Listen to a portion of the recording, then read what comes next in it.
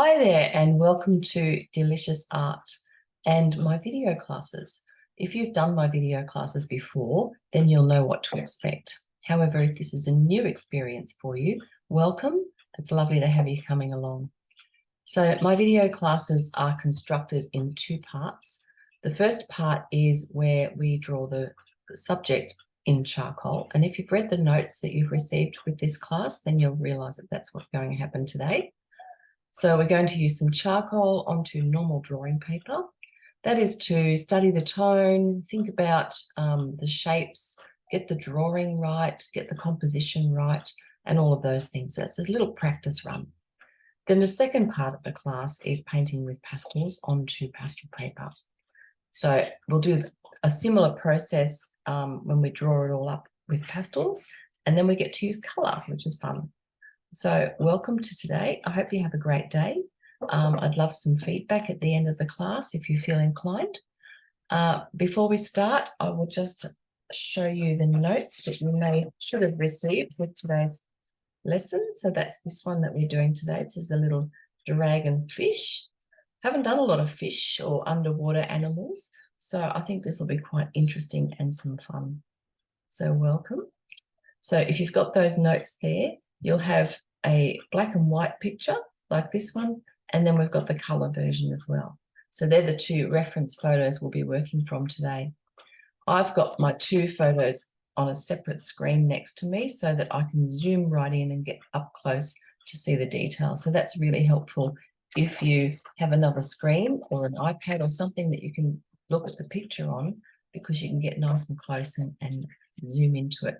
If not, then this will be perfectly fine and we'll be able to use that as our reference. So let's get started. So now I'm going to share my screen. I have an iPad above my desk here and it looks down onto the table, which is where I'll be painting. So I'm going to share my screen now, and once we've done that, then I can talk you through painting this with me. We're going to paint it together.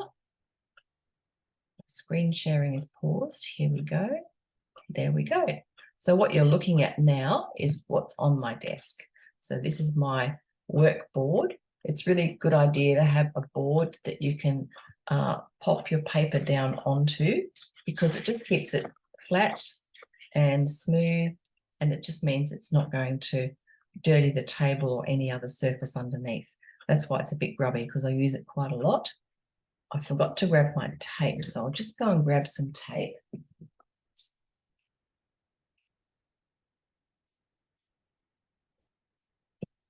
So I like to use tape just to tape down the corners of my paper when I'm working on it, because that stops it from moving around, and it means I've got a free hand then. I don't have to keep holding it down, which is quite annoying. Can be quite annoying. I'm just taping this one down on the little corners just to keep it nice and still so that it doesn't move around too much. Just checking my light. Okay, that's fine. All right, so I'll just put that light over there. I had a little light, but it's a little bit too bright today. So we've got our piece of paper on landscape shape taped down onto your board. That'll keep it nice and still. Then I want you to grab your reference picture. And what we're going to do is we're going to draw a grid line onto the page, and then we'll work out where the fish sits within that grid line. So I like to keep this part of the class quite loose so that we don't get too caught up in being too precise and exact. So it's a good idea to just draw a little thumbnail like this in the shape of the picture we're going to do today. So it's like an A4 landscape shape. And this is the area that we'll be painting or drawing inside for the charcoal section. Once you've done that, drawn your thumbnail square, then grab your ruler and find your halfway mark. So mine is 18 wide, so 9 is halfway. It's approximately 18. It's a little bit wobbly, but that doesn't matter. Doesn't really matter at this stage. We're just trying to relax, get into art mode, enjoy the process, and just get familiar with our picture so that we can do a nice drawing of it. and get it all in proportion. That's what's really important, are the proportions and making sure that everything is in proportion and looking good. Okay. All right, there we go. So there's my page. That's bright, too bright, that light. I'm just mucking around with the light, sorry, to try and make sure you can get a nice clear picture. I'll have to rely on daylight today. All right, so once you've drawn up your grid like that, we now have our grid in place, and then we can work out where all the pieces of this fish go. Now, what I like to do when I'm drawing up into a grid, I like to ignore 3/4 of it and just focus on one section. That's the whole idea, and it just helps you break things down into shapes so that it's no longer a fish or an image or whatever it is you're drawing. It becomes a series of shapes, and that will help us to fit it all into the right area. So if we start up in this top left corner, okay, and we're just looking at this section in here, this little area in here, and what that is just interesting shapes that kind of come across and across and across, and they sort of, then down the bottom here, they all sort of merge together with different tones, don't they? So it's quite loose. So let's have a look. We'll start with this top section here, and what I do is I like to put a little dot where that intersects. So see where that little section there, that line, I'll just see if I can find something more pointy than my finger.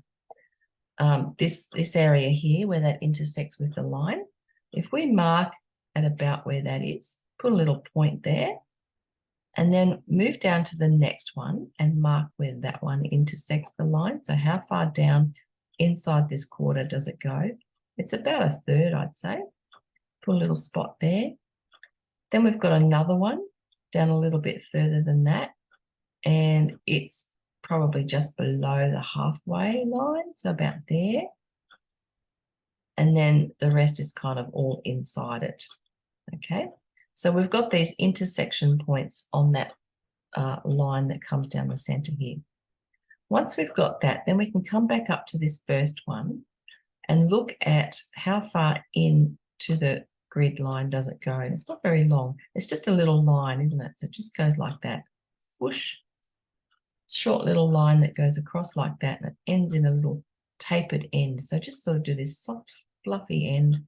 As you pull your charcoal across, just pull it up and then lift, and you get this nice soft end.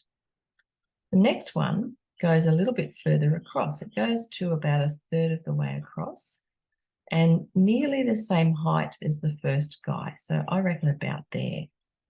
So notice how high that sits inside this section here. So it intersects this line, but as it comes across to the left, it just goes up higher in an arc, and it comes up quite high over here. So it's about to there, I reckon. So now we can draw a lovely soft arc up to there, and then wisp it off at the end like that. Okay, this is really basic stuff. Then we'll come down to the next one, and this one, notice too, is a bit wider. It's a bit thicker than the last one, so you might want to thicken up that line a little tiny bit, just make it a bit thicker than the first mark. The next one down is thicker again. It starts here and it goes even further out, so probably out to about halfway, about here, and a bit higher than where it begins, so about there. So then we can do the same thing, just draw a line over to there and then flick it off at the end, and then come back and we'll thicken it up on this edge and just make that a little bit wider. I'm using a very soft piece of charcoal. It's a willow stick, and I'm using a long piece. So just for your info, when I hold charcoal to do this kind of thing, I like to hold it loose. So if you hold it like a pencil, like this, that makes your marks really tight, and you haven't got a lot of room because you're leaning on your paper and you don't have a lot of space. It doesn't give you much freedom or movement. If you use the stick and hold it like this at the end, you get a lot more movement. See how much more movement I've got? I can actually cover quite a big area just holding it like this loosely with my fingers. So I find that's nice because it keeps everything nice and loose. We're not going to get too tight and too precise here. So now we've got those 3 sections in, which is good. Those 3 there. Coming down to here, we've got this other little one that comes out. Sort of, it's almost joined onto the bottom of that one, isn't it? And it comes out and it arches down now. So this one arches down at about the halfway mark. So it comes probably down to about there. Okay. So if we start over here at the base of the last one that we did, so, and then just draw this arch over and down like that. All right. So that's, and the other thing you can look at, which is really cool, is the negative space. So when I say negative space, I mean the space around the shapes, not the shapes themselves, but this area in here. So see that white space in between these 2 fins? That's the negative space. So the negative space is all the space around the outside of the shape that you're drawing. And sometimes it's easier to look for the negative space and notice the shape of that than it is to find the shape of your fin or whatever it is you're drawing. So that comes in handy here because we can look at that negative space. We can see there's a lovely little round area here where the 2 fins meet. And then it comes out like this. And then it's also a little bit thicker here at the base. Can you see that? And then it comes in a little bit closer like this. So there's a little area there that comes around. So that's all still part of the fin and joins onto the next piece. And again, we can see the negative space of that piece in there. So drawing the negative space, see how this one, the last one we did, arches down.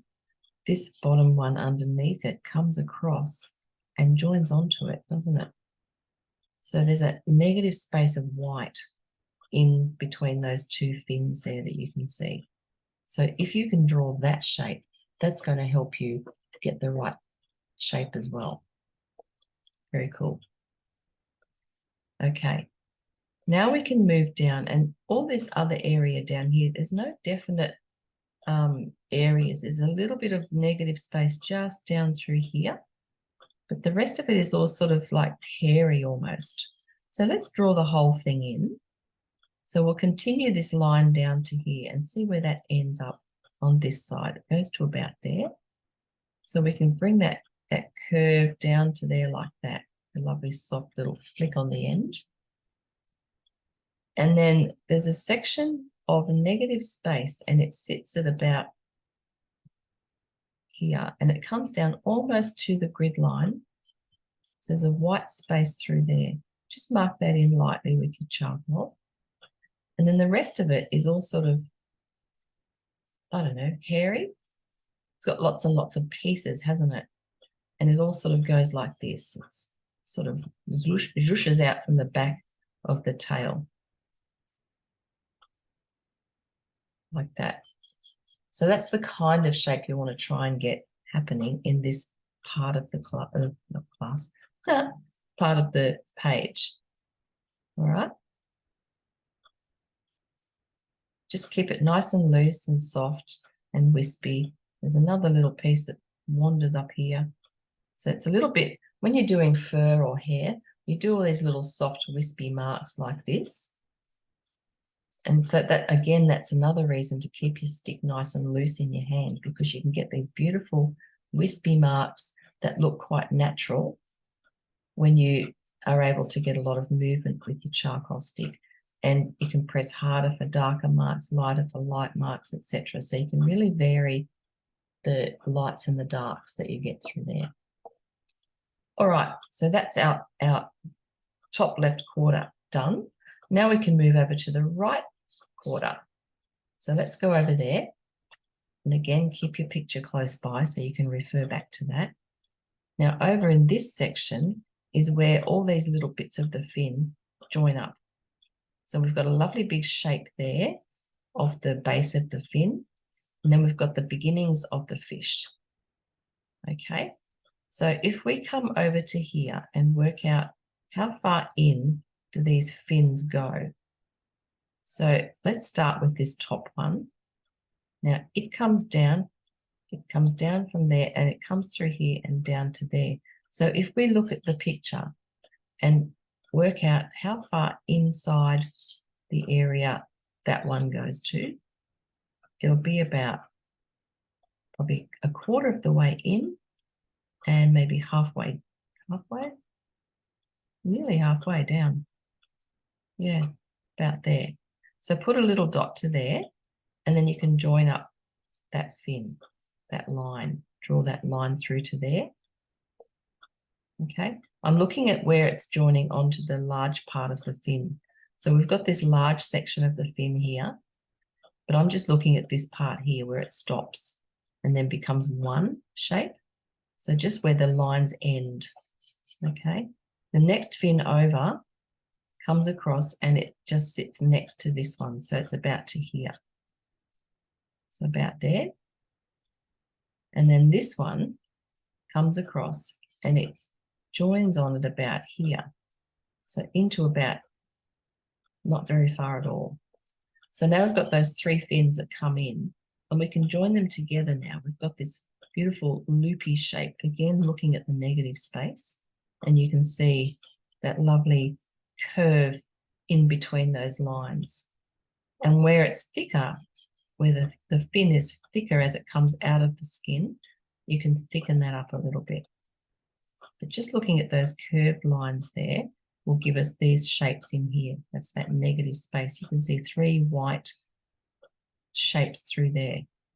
So we've got one more fin inside here that didn't reach over to that first quarter. So mark a point where that one ends, it's about here, and then go down to where it begins, and about there, I'd say. So now we've got that line coming across like that. So that's the top fin, this one here. And again, we've got this beautiful little curved shape in between the fins, like that. Okay. So now we've done that section. We've got that, the fins are all in the right spot. Then we've got to bring this edge down on the fish to here. So let's work out where this point is. It's about, I reckon, a third of the way in and below halfway down. So I'd say about there. So put a little spot where you think that point is. And once you've got that in place, then you can continue this edge of your fin down through there like that. And join it onto that dot. Okay. Now we'll look at the body of the fish. So we'll leave the fin for now. And we're going to look at this shape here. See that shape of the fish? That sits back there. Now, where does it come in to this quarter? It comes down to here.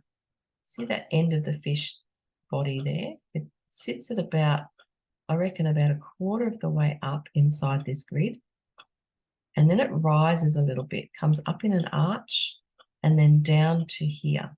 How far across the picture does this part intersect with our grid line? I reckon it's about, if you look from here to here, it's probably a third of the way in. So if I go from here to that's halfway, so I'd say about there. I'm going to put my mark there. So now we know we've got to join the back of our fish goes from this point to that point to that point, doesn't it? So if we do a curved mark to there and then bring this one up and just see how it curves down. Just, I went too far over. Too far. Just coming back. I'm just using a kneadable eraser. This is another awesome tool that you can use with pastels and charcoal. It's a kneadable eraser and you can knead it. Feels like blue tack, but it does remove charcoal and pastel fairly well. And then you just knead it to find a clean part, because what it does is it picks up all the pigment like that. So it's not like an eraser where you rub it in or off the paper. See how it doesn't really work as well when you rub it. But if you dab it on, then you pick up all this pigment and then you've got to knead it to find a clean edge so you can do it again without putting more down. Okay. So you just got to keep kneading it. Anyway, back to here.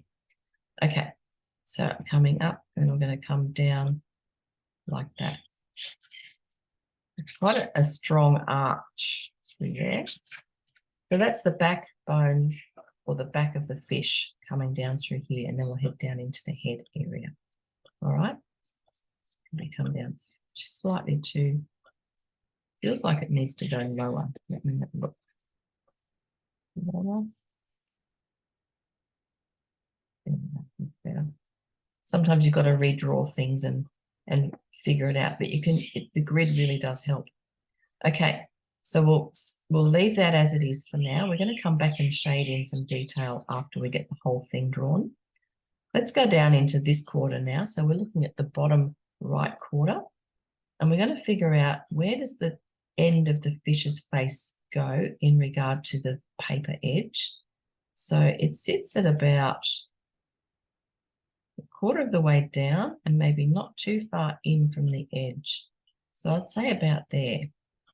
And then we've got this really interesting shape of the face that comes around, and just looking at the body of the fish only, we're coming up, and it comes up all the way to here, right into that middle intersection of our grid line, doesn't it? So the body of the fish is an interesting shape. We sort of never really look at the bodies of fish without their fins and things. It's an interesting shape. Okay, so the face ends here. It comes down on a little slope, like a little, we're just looking at the outside edges now. And then it kind of just goes up into that quarter there. It's got a little bump in it there, sort of a soft little bump just there, probably around about where your shoulder might be, the fish's shoulder. Anyway, draw a line through there.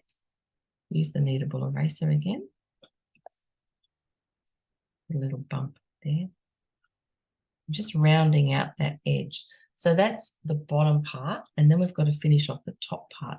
And it doesn't come to a sharp point, the nose, but it does come down fairly hard and severe, just that line of the face there. And the mouth and the nose kind of tip up a little bit, don't they? So we've got this little tippy up end part there. So that's the basic shape of the fish. And we can continue that over into this side if you want to. It sort of just fades off into the tail then. Okay. And we can mark out maybe where the eye sits. So let's figure out where the eye goes, because the eyes are important. So I reckon it's about a quarter of the way down and not too far. Well, sort of not exactly central.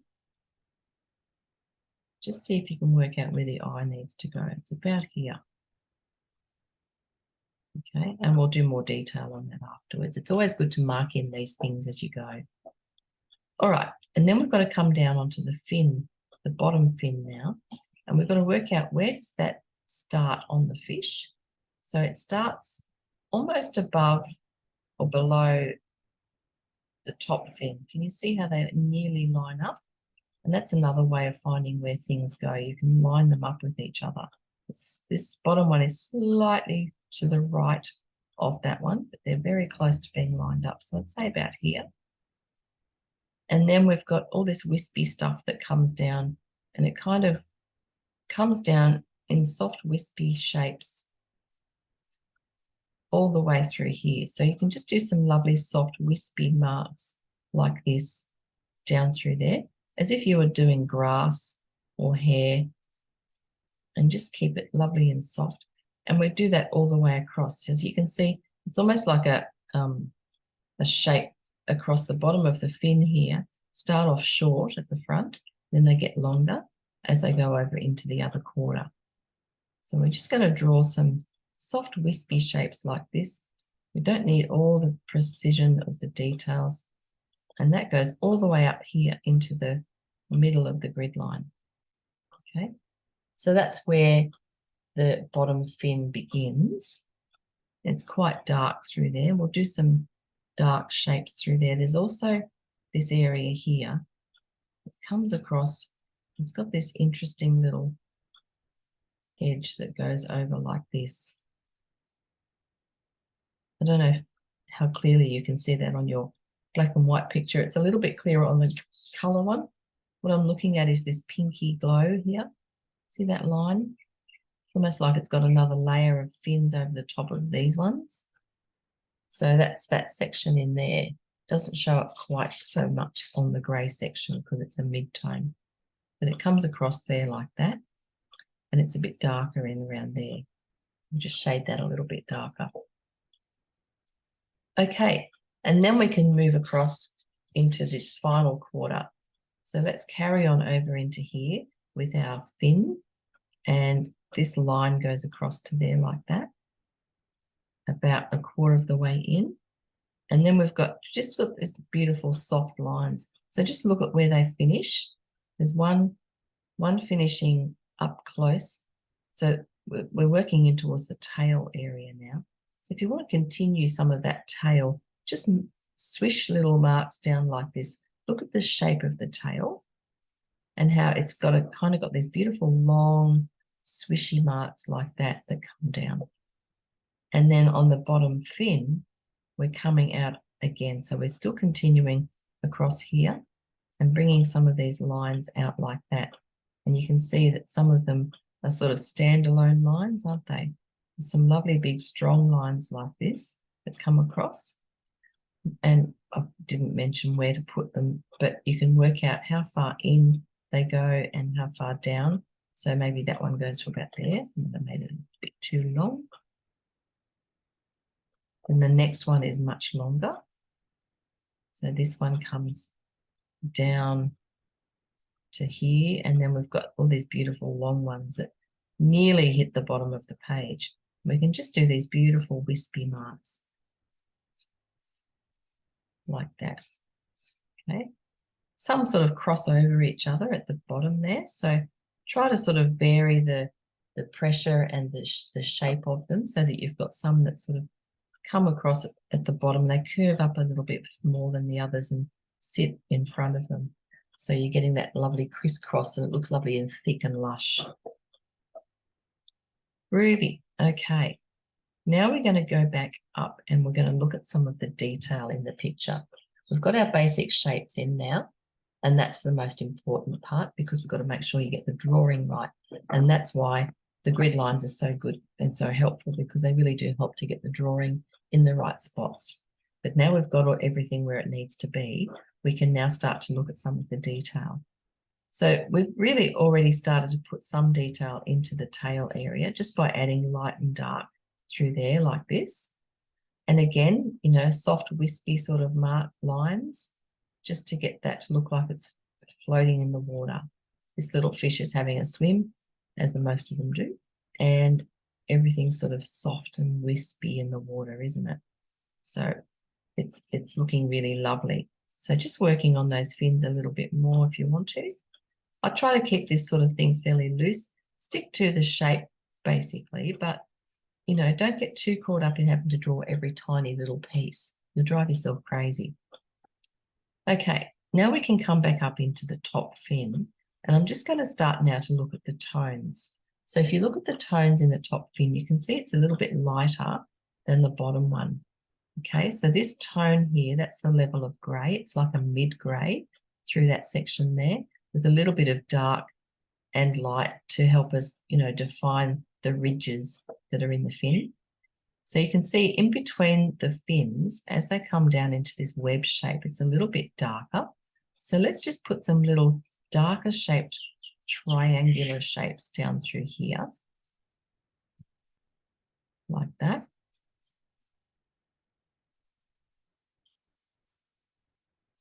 Now it's a bit tricky with the fins because we've done them dark on the page, on the white page. We need to lighten them up a little bit because they're a bit too dark as far as tone goes. And if I want to get this area in here looking darker or like it's got ridges and texture, we really need to make sure that the fin parts are a little bit lighter. So grab your kneadable eraser. This is where your kneadable eraser comes in really handy when you want to get your lights back into your charcoal. And you can actually just make a wedge with your fingers. So make a knife edge like that. Squeeze it into shape and you can draw with it. So we can actually draw with this and we can lighten off these fins a bit.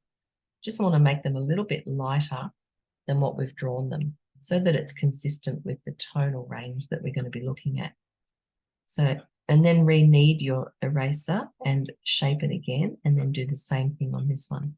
So see how just taking off a little bit of the charcoal with the kneadable eraser just lightens it up enough to let me give it that contour down there through the fin. See now, because I've put the dark in there, this part now looks like it's starting to look like it's raised.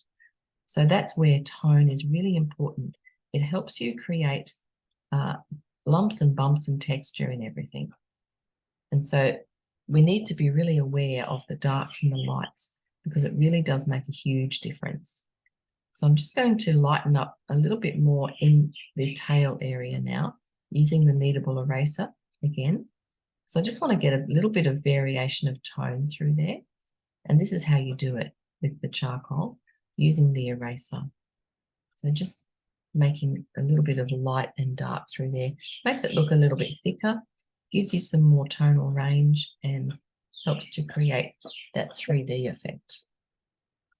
Okay, so back up here, I've just got my charcoal back in my hand and I'm just going to continue to darken off in between these prongs or parts of the fins.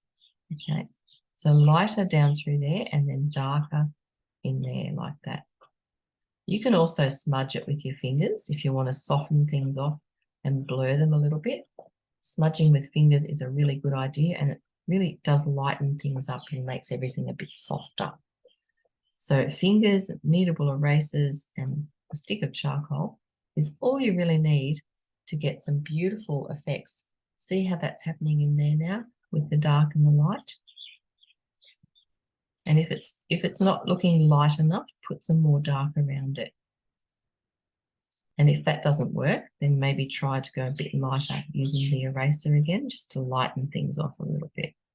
You can rub them right out if you want to, but just go gently.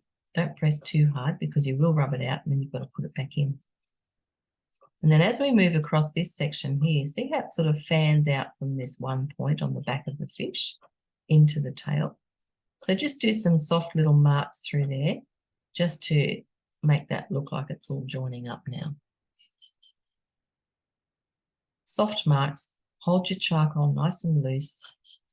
And we're just focusing on putting some marks through there. Where you want to get a little bit darker, just press a bit harder like that. Where you want to be lighter, just press light and medium for medium. And then if you want to lighten anything up, if you've gone too dark, you can just grab your eraser and draw with that. It's a wonderful magical thing, these erasers. They're very, very handy to have, especially with charcoal. Okay, and then we'll come down and we'll look at these bottom fins now. Just have a look at this. Make sure we've got our tones right. So let's have a look at the tones in there. It's quite dark in underneath the fish around here. That helps to define the shape of it.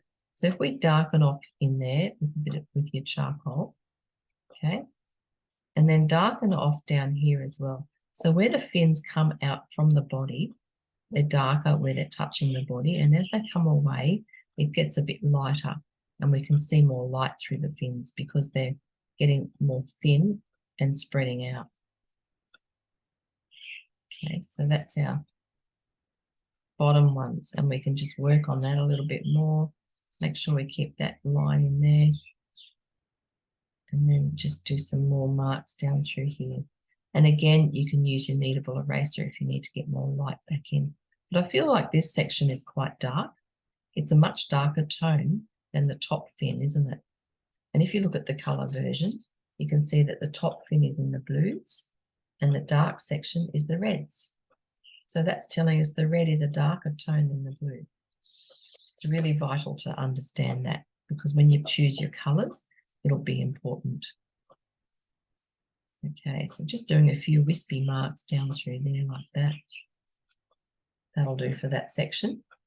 Now we've got to get into the body of the fish because he's looking a bit odd, a little bit odd. So what he needs now is some detail in the face, some scales and some light and dark, and that's really going to bring him to life. So we've marked out where the eye goes. Now you can see the eye is a little black dot or a dark dot. And then there's a lighter circle around the eye. And then there's another darker circle around that. So what I'm going to do is just do one big dark circle. And I'm going to use my kneadable eraser to put the light circle in there. Let's see how we go. It's going to be a bit of hit and miss here. So when you're trying to do these sorts of things, you might not get it right the first time, but that's okay because you can always come back. So see, I'm just lightening up in the middle. It's not quite circular enough, but anyway. I should make that more round. So see, lightening up the middle of that circle, and then I'm just darkening off around the edges a little bit more again. I'm going to lighten up a little bit more, even more. You can see the top of the eye, see the top section of the light part of the eye has a little shine on it. So when we want to do something like that, we can grab a white charcoal pencil and we can put a little shine, a little white dot. It might not be quite white enough, but that's the idea, to put a little white dot there. Then we're going to put a dark dot in the middle, okay? So this is how we make the fish eye with charcoal. It's a bit easier than trying to draw two circles or a circle around a circle and leave the white section, undone. Cool. So just don't worry if it's not perfect. We'll clean it up. Now, look at this mouth. Isn't that a grumpy looking mouth? I feel like it's a bit grumpy looking. Now, what it's doing is it's got this little dark section that comes across like that at the top. And there's a bump. So you can see the bump on the edge of the fish's face just here. So give it a little bump over there. And then there's a bottom lip bit that pokes out a bit. See that bit there? There's a little tiny bump right on the corner there. And if you've got your picture close by on a screen, you can zoom right in and have a look at that and see the bump. So I've got him on my screen. I'm just going to zoom in. Have a look in. Yeah, there's definitely like a straight line from there, and then it comes around like that. And then we've got the side of the head under the eye that is light through there, so it looks like a cheek. But let's put these creases in for the mouth. We've got a crease there and another one there. Just do a soft little crease like that. Okay. And then we've got a little bit of dark and light in there. It's a bit hard to do. It's so tiny with big sticks of charcoal. I'm just going to lighten off in the front of the mouth there with my kneadable eraser. Just want to lighten that off so I've got a little bit of a darker line happening through there. See how I did that? So it was all dark. I'll show you again. Just darkening off through here. Sometimes you've got to put the dark down and then take it off to get that light back in. All right, and all the rest of the face is a mid or light grey, so you can kind of shade some of that. So if you shade under the eye and then dab it in, it'll just go a bit lighter because that's quite light, that part of the face. Now I've darkened off around the mouth here. Just want to show you how I did that with the eraser now. So just using the eraser, I'm going to shape it into a little blade edge again, like this. So I can draw a line with it. I'm just going to dab it on a couple of times just to try to get a little bit of a mouth in there. Something like that. Can you see how that part of the mouth, it's sort of, I've done it in the wrong direction. It should arch a little bit down. So it needs to arch down a bit more. A bit like that. So see how taking it off with the eraser allows me to create that lovely bit of shadow that I want to have in around the mouth there to define those lips a little bit more. It's a little bit too strong. And if it is too dark or whatever, just give it a dab with your finger. If you find it's too definite and you don't want the lines to be that strong, you can dab it with your finger to soften it off. come back again with your charcoal if you want to darken it off. So you can kind of dance between the two things until you get the right marks and the right tones happening, right? I reckon that's going to do for now. And then we'll move up into, see the top of the fish up here? It's really dark, isn't it? Sorry. So just colouring in basically with your charcoal up into this area here. Don't go too much further over that halfway line. It's quite dark right on the top of the head, but then as we move up, it gets lighter. So we've got a dark shadow there. We've also got some shadow underneath. So let's look at all the dark parts now. We're looking for the dark sections on this fishy. We've got a lovely shape that comes around like this. That's the gill area. So there's a dark part right there. That kind of helps to define the head from the body.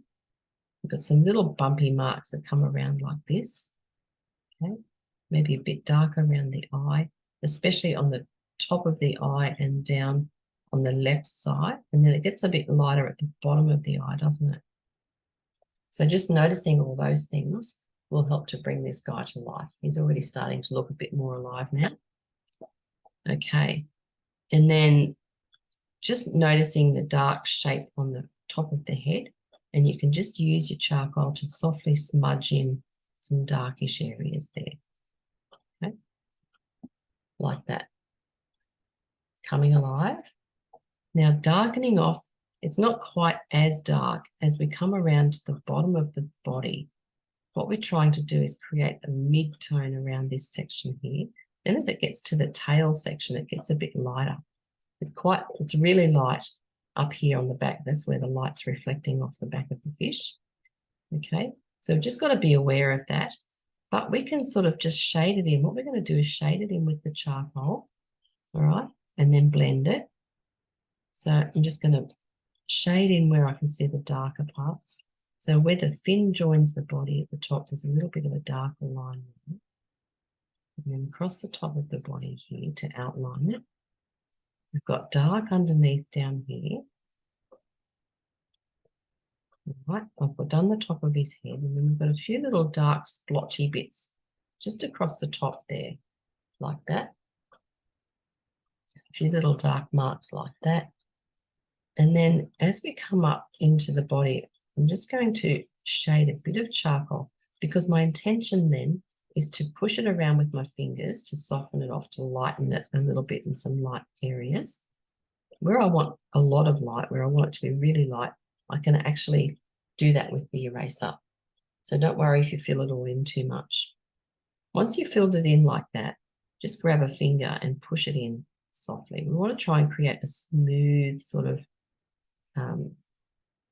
coverage. Okay, so it's a bit smooth like that. Right. If you've lost some of your darks on the body, you can always put more in. So this is the beautiful thing about charcoal and pastel. You can always add more.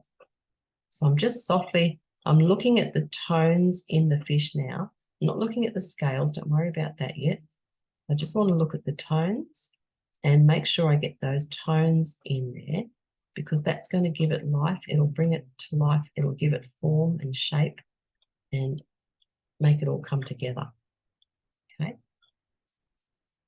See that section under the gill there? I just noticed that it goes around under the head, sort of, just in here. There's a little bit of light just through there. You can see it like catching the light as it goes around under the fish's head. So I just wanted to lighten that bit off in there. All these tiny little details are what bring things to life. Okay, so now we've got all of that going on. I feel like this is all a bit too light. I'm just going to shade in some of that too, because I don't want the face to be too light. So shading in and then just dabbing it with my finger to push in some of the charcoal and grey it off a little bit. Okay, now we've got that happening. We can come back up here and we're just going to do a few little scale marks. Not going to do all of them, all right? I'm using my charcoal. I'm just going to do these little scale marks like this to indicate that this is a fish. And they're not even in a row. They should be nice and straight, but We're not going to get too caught up in doing every tiny one. All right, it's really just to suggest the shape or the texture that we can see in this section. So just do little like backwards C's, little backwards C shapes, just using the tip of my charcoal. I know I'm not being very precise. If you're a precise person, you might want to line them all up, but I'm just going to keep it like that. Because that's actually why I really enjoy charcoal and pastel, because you can be quite loose without having to get too caught up into the detail. I mean, you can choose. You can get caught up in the detail if you wish. It's up to you. Sometimes I get really caught up in it, and other times I'm happy just to let it be loose. So now we've got some scales in there. We can grab the kneadable eraser again and look at where it's really light. So let's have a look at this guy. It's really light at the very back, isn't it? Up here in this very back section. So I'm just going to dab it. I don't want to rub it, because if I rub it, it'll smudge everything. If you dab it, you'll keep some of the shapes that we've drawn and lift off other parts. So it still looks a little bit blotchy, but that's good because I want to make it look like it's still got fins without having the really dark. All right, so just gently dabbing, that's lightened up that section. And then you can see as we come across the top of the fish, it gets a little bit lighter just here. So we can do the same thing. I'm just going to dab across the back of the fish here, just once, dab, dab. What I'm doing is I'm lifting up some charcoal and just lightening off that section of it, okay?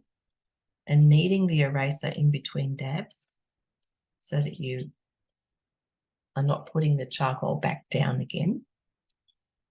And then where it's really light, so in here I think it's quite light, so I'm just going to dab a little bit more in there to make it a bit lighter.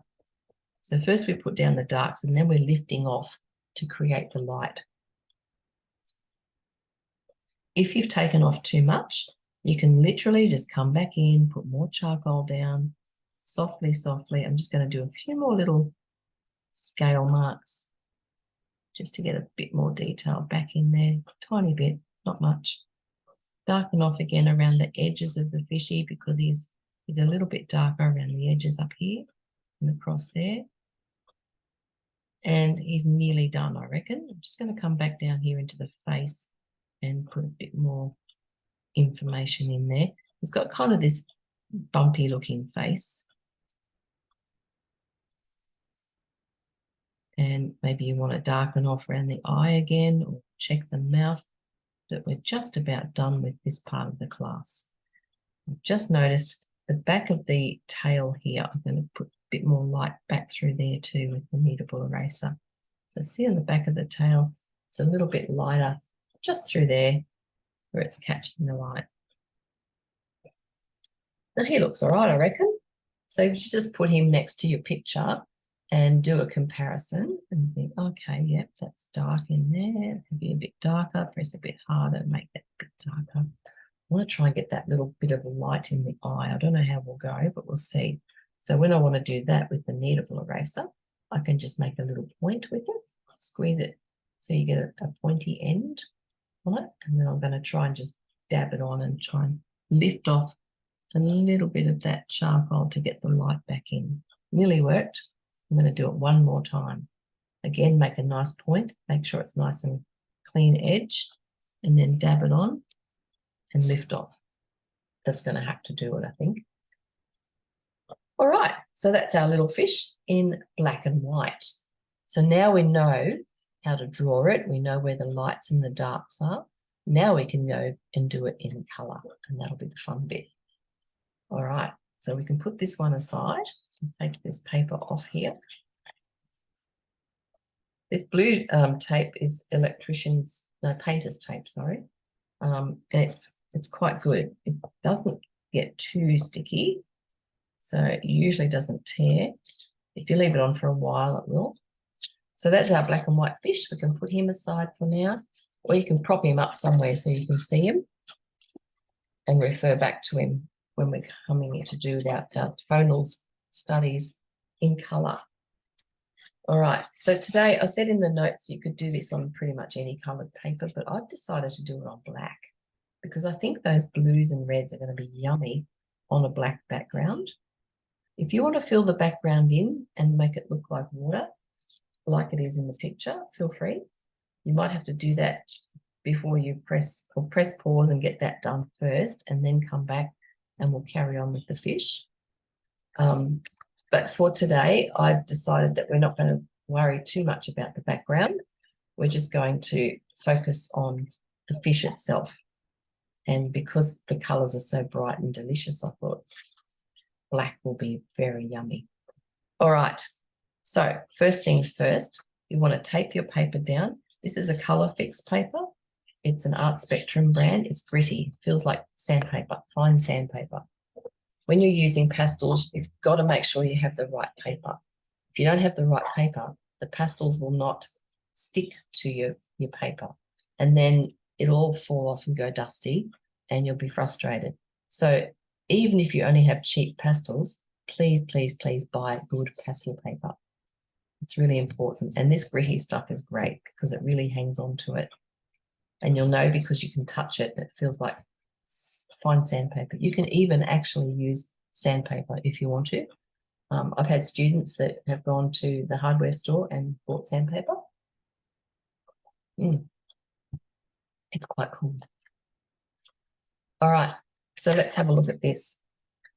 What we're going to do is we're going to draw up our grid line again, and then we're going to draw in the outlines of the fish, just like we did before, but we're going to do it onto our paper. Now, because I'm on a dark paper, I'm going to use a charcoal pencil, a white charcoal pencil. General's Charcoal is a really nice brand if you can get it. And I find the white is best on a dark paper, or you could use a mid-tone pastel pencil. And don't press too hard, especially if you're not going to fill the background in. Just press nice and light so you'll be able to take it off later with the kneadable eraser. Pastel sticks really well to this paper, and as a result, it's not easy to get off. So just make sure you press lightly when you're marking things in. Okay, so this is 30 by 23, so I'm finding my halfway marks. Halfway down is 11.5, and then halfway across is 15. So 30 wide, 23 centimetres down. So now I've got my grid lines marked up, and we're going to do the same thing. I'm just going to draw this in with my white charcoal pencil. Okay, you can refer to either picture. They both have the grid line on them, so it doesn't matter which one you look at. But we're going to do the same process. So let's start in this top left corner again. And we're going to work out where everything intersects on the grid line. So we've got the top fin that comes across there. Then the next one comes down about that far. The next one is about, I'd say, about halfway down. So there are little pointers where these little fins come to. And then we can look at where this top one ends. So it ends at about there. They all end higher than where they begin. So make sure you get it up a bit higher. This one ends about there. And this one comes all the way over to about halfway, I reckon. About there. So once you've got those markers in, and you can measure if you want to, so you can always get your ruler. You can have a look at your picture and you can say, okay, so it's 5 across, so halfway is 2.5. And if you want to grid that even further, you can do that too. So that's halfway there, 2.5. So that wasn't far off, was I? The end of this one is halfway. So you can always put more grid on there if you want to figure out where things go. It makes it so much easier. So my halfway here is, it's 15, so 7.5 is halfway. So I went too far over there. So I can rub this out with my kneadable eraser because I only pressed lightly, so it should come off fairly easy. And then this one can come to about there. So just knowing all of those, where all those bits and pieces go to is really helpful. And then we can draw those lines in. Just do it lightly because we'll go over it with colour later. Nice and light. Again, using the pencil nice and loose too. So hold it like you did with the charcoal. Hold it on the end so that it's got more range of movement. Okay, so that's those 3 fins, just nice and light. Just enough so you can find them. Then we can come down here and we can see, I'm not looking at the other parts yet, you can see that this comes in like that and then out, and we've got another fin, comes down and it arcs down to about halfway again. It's got a different shape. It comes down like that.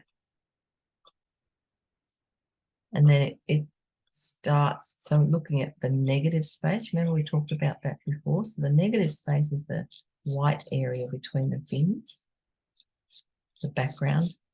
So there's a negative space there. Okay, so that will stay black because my paper is black. And then all the rest can come down and swoosh around over here. And all of these fins, they come to nearly the edge of the page, don't they? So we can do some swishing sort of shapes like this coming out of there, and it goes all the way down. We've got the tip of the fish body. If you want to pop that in about here, you can mark that in as well. We didn't look at that before. Kind of just let it work itself out, didn't we? And swish all these, and then some of them go down into the next bottom quarter. So that's basically all that area in there. That's the fish on that left top quarter. Then we can move over into the top right quarter.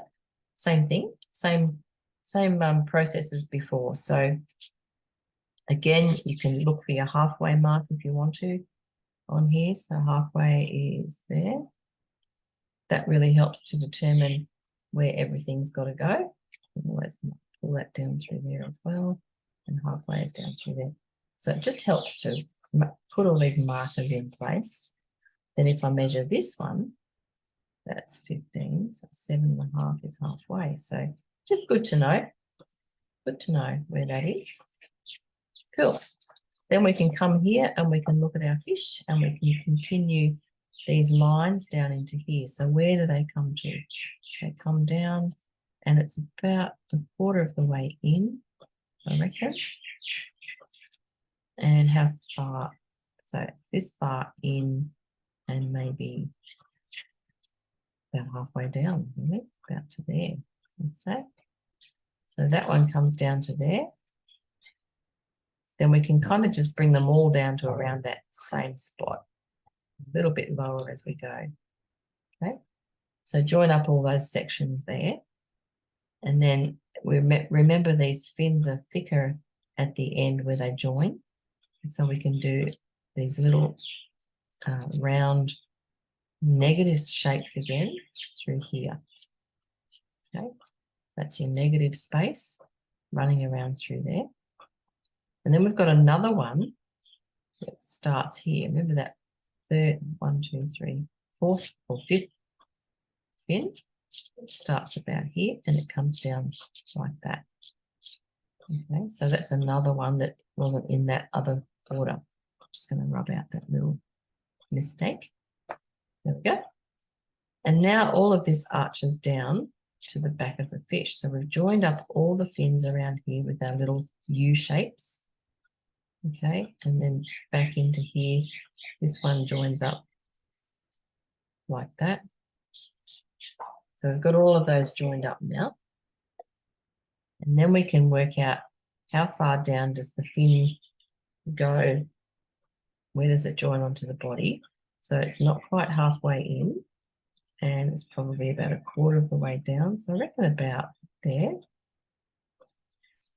So then we can draw our arch down through there and even arch it out a bit more.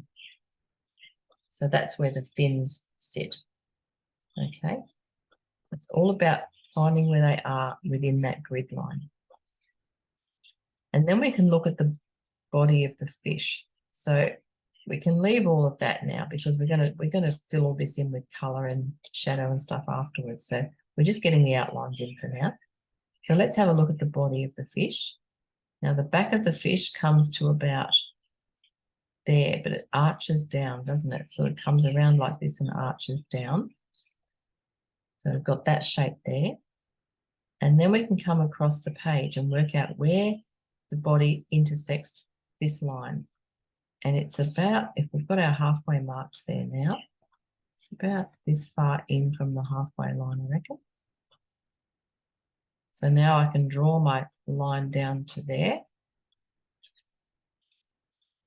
Okay, so that's the back of the fish. It's got an interesting little shape. It sort of humps here, and then as it goes down into the face, it flattens a little bit. It's got this little humpy kind of shape here. Be aware of that. These things are important because they tell us what kind of fish it is. It's when you're doing animals and portraits and things like that, you've really got to get your shapes right. So just looking at that, that's probably all we need to have in this top section now. So we can move down into the bottom right corner. And again, we can look at where does the fish's face come as far as the size of the page. And so the grid line finishes the page about there.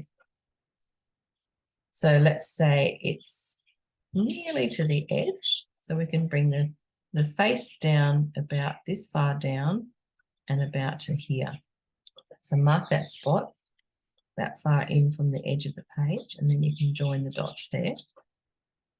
Okay, sort of almost a straight line other than a couple of little bumps around the face down from here. And then we've got like it looks like, I'll show you what I'm talking about. The face comes down lower to about there. So I'm just looking at the distance from the top of the grid line and inside, and also from the halfway line. So that's the halfway line. It comes down to about here, I reckon. So that would be this section of the face, the bottom of the cheek area to there. And it's a funny little shape. It's like it goes across and then down like that. So it's got this angular line coming across like that. I know it's not quite as sharp as that in the picture, but that's the basic shape of the face. So, and we want to make sure we get this area here sort of jutting out a little bit for the mouth, because, you know, we've got that funny little shape that goes like that across the mouth. You can mark that in if you want to. It'll help you find it later on. So that's the mouth's kind of shape through there. And then we come up here to the halfway line. So I've probably gone a bit wide there. Rub some of that out. This is why halfway lines are very helpful. Come up to here and it just starts to curl up a little bit through there. And let's follow the line for the body of the fish as it comes from here. So it comes from that center point where the grid lines intersect down, and then it kind of arches out. So it comes down like this, and then it widens a little bit down through here.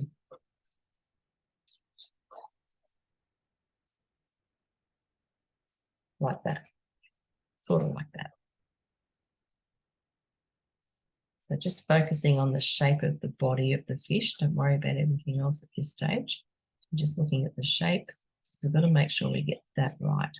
So we've got the little arc at the top as it comes down from those almost straight lines around the face and arching up under the gill area. So that's this section here.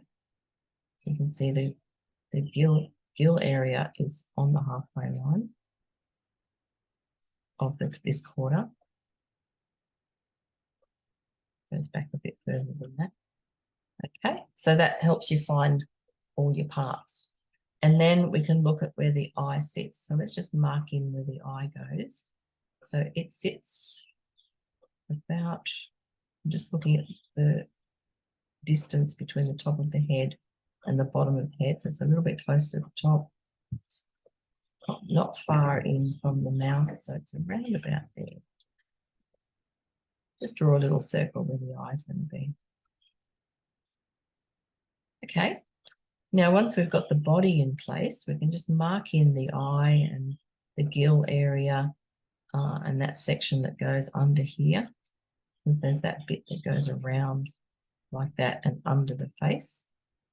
We've got a nice black area in there, and then the shape of the face comes around in the mouth. So just sort of marking in those areas. And then we can come down and we've got that interesting shape that comes across here, and it intersects our line about there. That's that bright red, pinky line. It goes through here and it comes across, and then it arches down to underneath the fish like that. It almost heads down a little bit, doesn't it? Arches up and then down. Cool. And then we've got the fins. So that's all kind of wispy stuff, which we can just mark in loosely for now, down around there. We'll do more work on that when we get to it with the pastels. And then we've got to come across and we've got to finish off in this part too. So most of this is also fins. So back into over into the left-hand bottom corner now, just noticing where things are in there and drawing in some of the fins as well. You don't have to do too much of that because we can mark all that in later. So yeah, they come across like that. And then the tail fins also now come down into this section. So that's our basic drawing, really. So the main things we needed to focus on was getting the body of the fish in the right spot and the top fin, because it's got a strong shape through here, and this bottom section through here on the fin. And the rest is all the fins and the tails sort of wispy and soft. So that's our fish all drawn up. How fabulous. All right, so let's get looking at some colours. I'll show you what colours I'm going to use today. And I always just take my picture and I hover it over my sets of pastels and I work out what I can see in there. I've laid them out in range of tone. So you can see I've got a really dark one. So it's like a, it's horrible actually. So I get another one. It's awful. Let me go find another really dark one that's a bit softer. It's a blue violet, dark purple.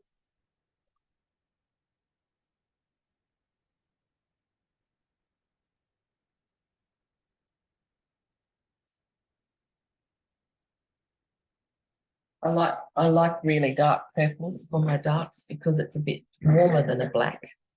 So this is my blue violet, or a dark purple, really dark. It looks black, but it's not. It's got some warmth to it.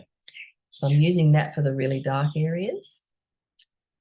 I've also, just before I talk any more about colours, I've got a little towel here, little hand towel. I wet one end of it so I can clean my fingers off in between colours and then dry them on the dry end. So if you don't have a towel or a rag nearby, just see if you can get one, because it's really handy to have there to keep wiping off your fingers as we go.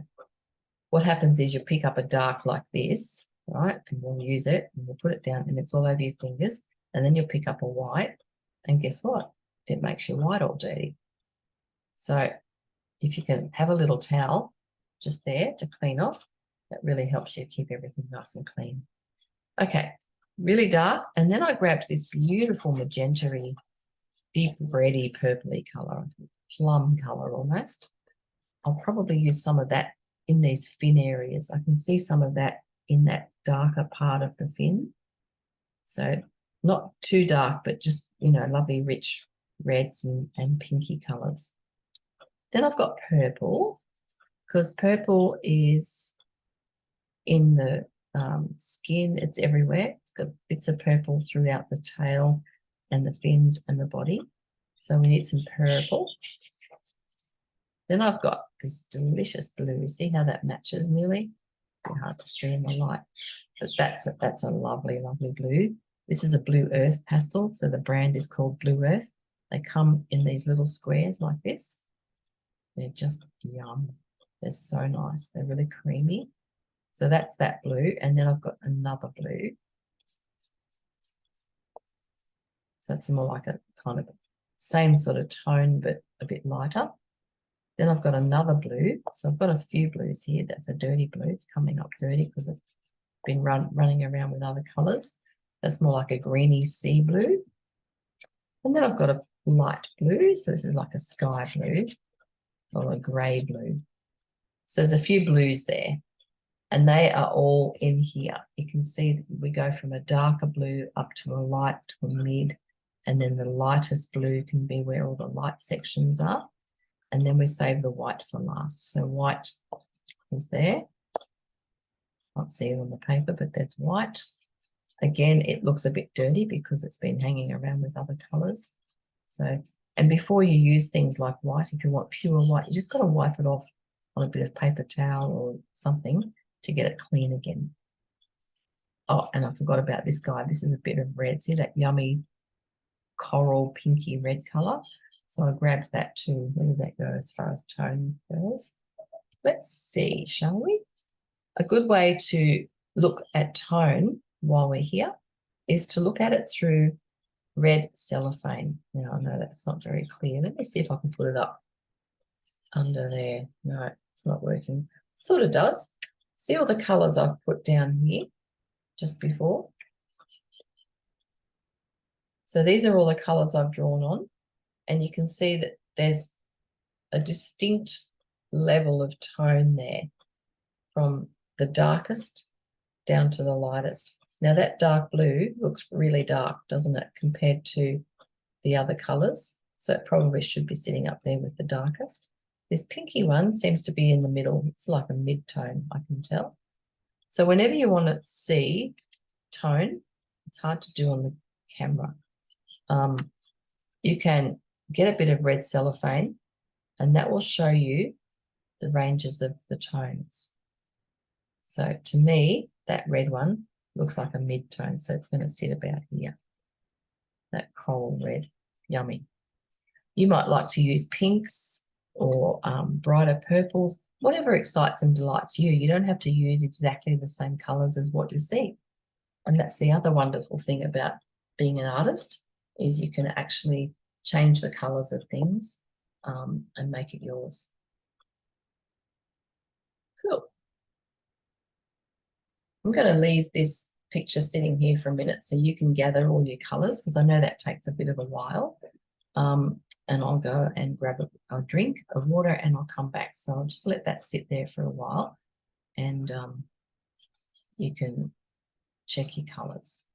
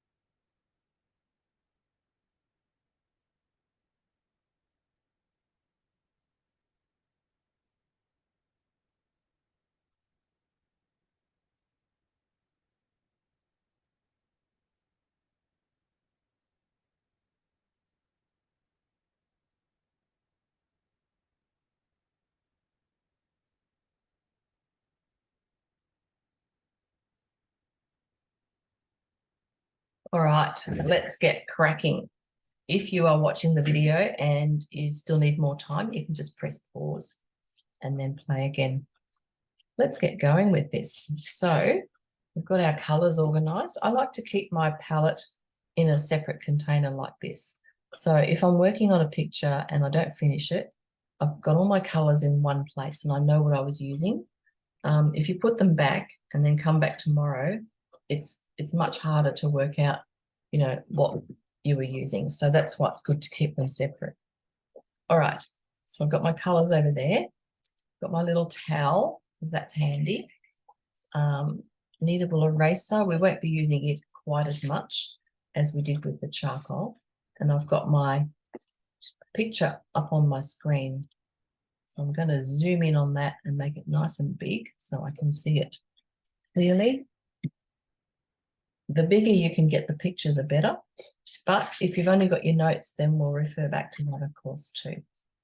So let's get started. First thing we're going to do is we're going to block in the darks. And I know that sounds weird, especially on a dark paper. But what will happen is if we put the darks down now, as we merge other colours over the top, it'll start to give it the depth and the body. So remember when we talked about doing the darker parts with the charcoal, and that helps to create the textures and the shapes and making it look real and alive. That's what the darks will do, but we need to get them in first with pastels. It's the opposite with watercolor. So with pastels, we go dark first, and I know it'll be hard to see on my black paper, but as we move on, it'll make sense. So what I'm going to do is just put some dark here. I've got a small piece of my darkest blue, purple. So this is my blue violet or something similar. And on the top of the head, remember it's really dark there on the back of the head. Don't worry about the eye, we'll sort that out later. We'll do the details last. We're going to work from big down to small. So with pastels, it's a good system if you can start with big, bold marks and getting pastel onto the paper. And then as you fill it up and layer it and get your colours right, that's when you start to do the detail. So we're not worrying about all the little tiny details yet. We're just going to block in some colours and get it to stick to the paper. Okay, so I'm just putting some dark around the gill area. You can see it's quite dark through there. And I'm just going to put a little bit down here at the top of that bottom fin because I want to get a bit of shadow into there later on. So what will happen is when we add the other colours over the top, they'll pick up some of this dark and it'll create a lovely shadow effect. All right. So dark around the top of the head where you can see it's really dark. And if you can't work out where it is darkest, have a look at the black and white picture because that's where you'll find all those beautiful dark tones. Okay, and we're just wiping it on, just zhooshing it on a bit like this. Don't get too stressed about it and just blob it on. If you make a mistake, it's easy to cover up, so don't stress if you get it in the wrong spot. It'll be fine. So that's our dark put down. Bit hard to see. Let me see if this light will help. Aha! That works nicely. I'm going to see if I can make it sit there. Okay, excuse my arm. It's a bit too bright there, isn't it? Lighting's such a thing. Sunny days are good, but then it keeps going cloudy out there, so it's changing my light. Anyway, we'll try that and see how we go. I just don't want it to get in the way of the camera. Okay, so you can see where I've put the purple now. It's a little bit easier to see. Now we can go to our next dark. So that is this rich purpley pinky color. That's this one here. All right. So I can see a lot of that down in amongst these fins down through here. So I'm just going to zhoosh a bit of it in through there. We're just doing loose marks at the moment. I'm using little pastels, little short sticks. I like short sticks. They're easier to work with. And I'm just putting it on its side like that. So lying it flat and just zhooshing that around over some of the dark that I've already put down in those fin areas. Because what I want to do is be able to pull that down with the other colours afterwards and create that really lovely colour. Now I can see there's a little bit of it around here as well, just around the base of the body there on that side. I'm going to push it a little bit around here in the mouth too. There's some dark in there. It's not as dark as the darkest. And maybe a little bit out through here. Okay. That might do for that colour. You can always pick up more, so don't stress. Okay, so that's the magenta, beautiful dark magenta. Then I'm going to pick up my purple. So that's this purple, this one here. This is a hard stick. I'm not sure what the brand is, but it's quite hard. So we'll see how we go. It's going to be good for doing things like that. See the lines? So when you want to do lines or finer marks, your purple's really harder sticks like this, might be a Conti, are good to get those fine lines in, or pencils if you can. Okay, so I just want to get a little bit of line work through there with some purple, and I'll put other colours over it and it'll all blend in later. Don't stress. I'm going to throw a bit of purple over here in the tail. Again, just some line work. I'm using the end of the pastel, not the side, and using it like a pencil basically to get some fine lines in there. There's also a little bit up here. I'm just going to zhoosh a bit of that in there. When I say zhoosh, I mean I'm putting it on its side and just running it around over the paper. You see how it hangs onto the paper like that, because the paper's got this beautiful gritty surface and it creates such a lovely texture. See there? When you rub it over this gritty paper, it creates a delicious texture. You can nearly see scales without even drawing them. How cool is that? So we'll try and make that work if we can. So the scales themselves are quite light, but the little outlines of them are a bit darker. So I'm just going to put a bit of purple in here. All right. So put a bit of purple through there. I know that doesn't seem right, but we're going to go over it with the blues and things afterwards. Okay. And what I want to do now is I want to push this purple into the paper so that when I run the blue over the top, or the light over the top, we're going to have purple underneath it, and hopefully it'll look like scales. Let's see how we go. So I've got purple here. What I'm going to do now is blend it in. So you can actually blend the pastel into the paper by rubbing it like this with your finger. If you don't like the feel of it, you can put on a glove. See how I'm just pushing that in? Because I want it to kind of fill up the tooth of the paper. Not entirely, just a little bit. And as I'm doing this, I'm blending in the dark that we put down first into that purple that we just put down. I'm going to come around the face now. So this is what I like to do. It's not what every pastel person does. Some people don't like to blend. It's personal preference. I like to do a bit of both. I like to blend at the beginning when I'm trying to get colour onto the paper. And then as I work up and get the detail in, I'll stop blending. So it's a combination of the two. And then over here where we've put the dark, even though we can't really see it very well, I'm just going to push that in as well. Because what I want that to do is to blend in with the other colours that I might be adding afterwards. Okay, so I'm just going to push in all the colour on the body of the fish. Don't do it so much on the back fins because they're quite spread out and we don't want to blur all that too much. But here underneath, we can just softly push in some of the pastel on these fins on the bottom of the fish. And when you do it, I'm pressing a little less hard now, and I'm kind of pulling it from the body out and then lifting up. So you do these little swishy sort of marks with your finger like that. And what that does is it blurs everything together. So now we've got a nice blend of colours that are going to be our base colours, and then we can build on top of them. Exciting stuff. There is a problem with pastels, and that is that they drop a lot of dust. So I don't know if you can see it. There's a fair bit of dust on my page. And because I'm sitting down flat at the desk, it's not going anywhere. It's just staying there. So I'm going to tip it off. So I will be doing this every now and again, tipping off the dust just onto my cloth here, and then I'll shake that outside later.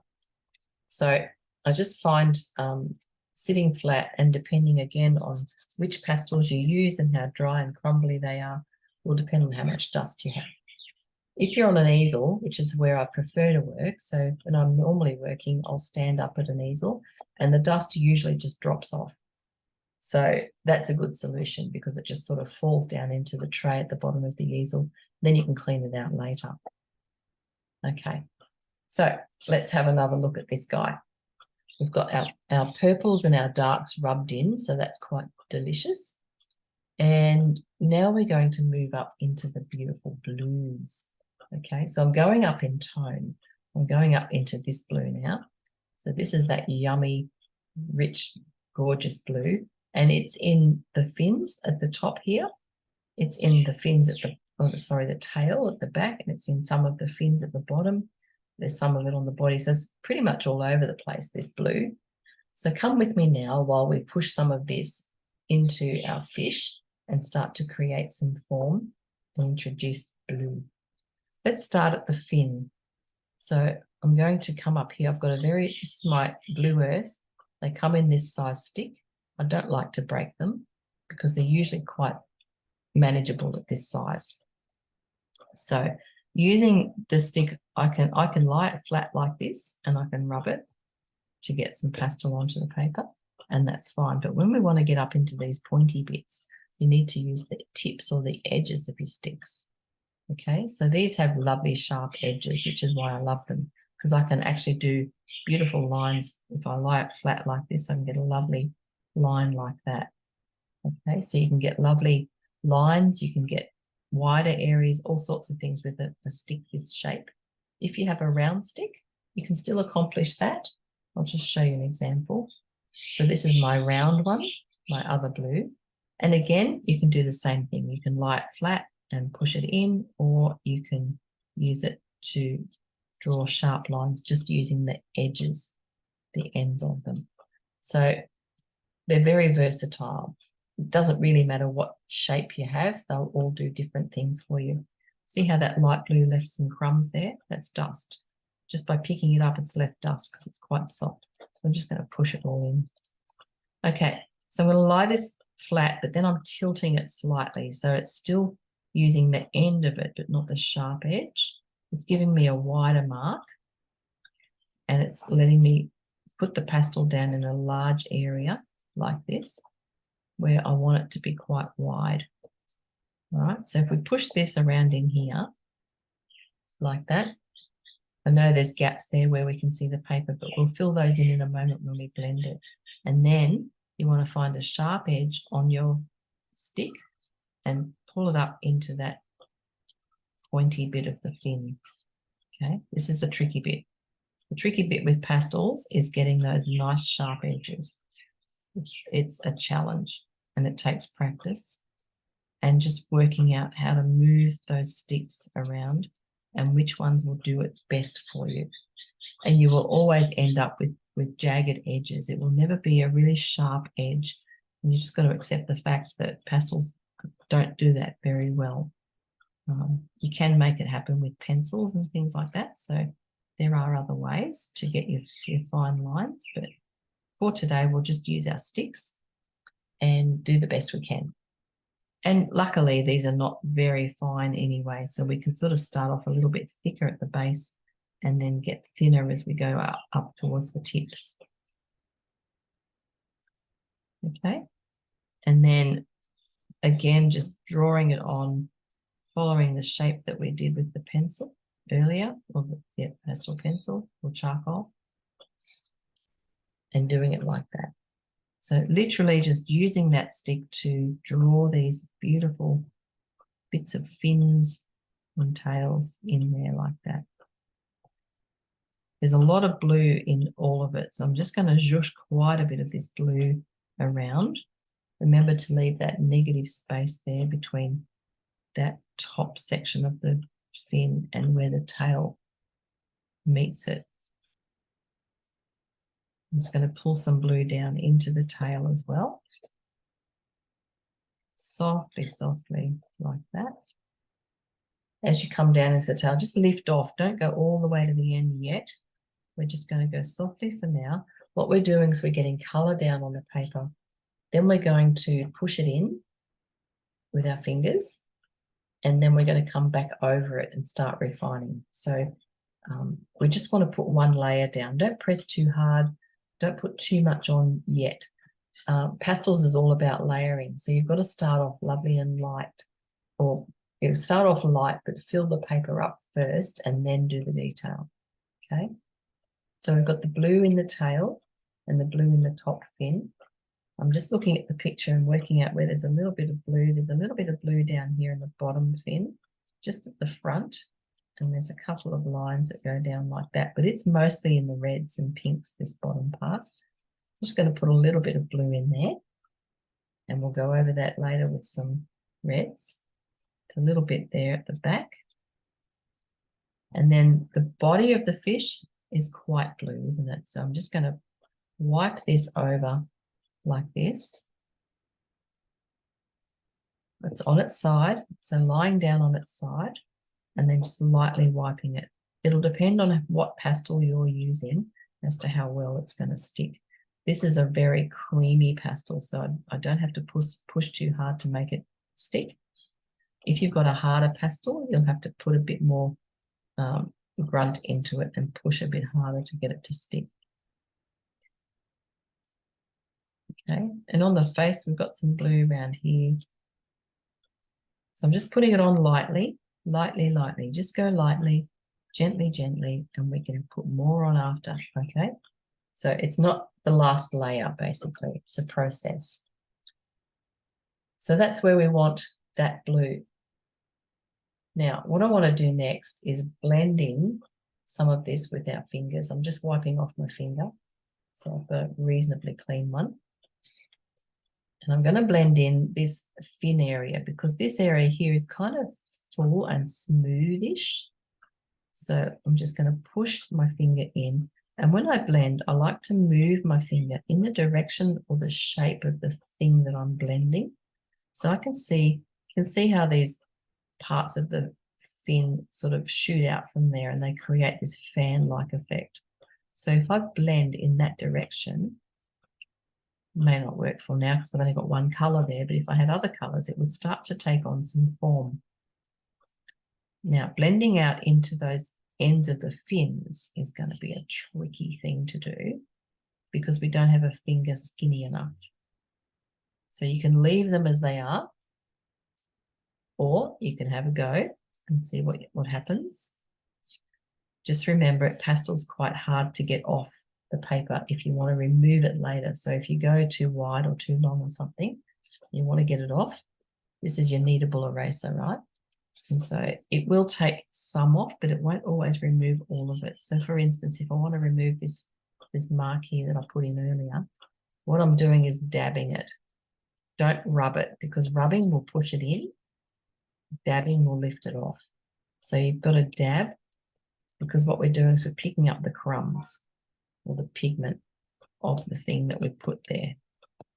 And it doesn't always come off completely because this paper is so good at hanging onto pastels.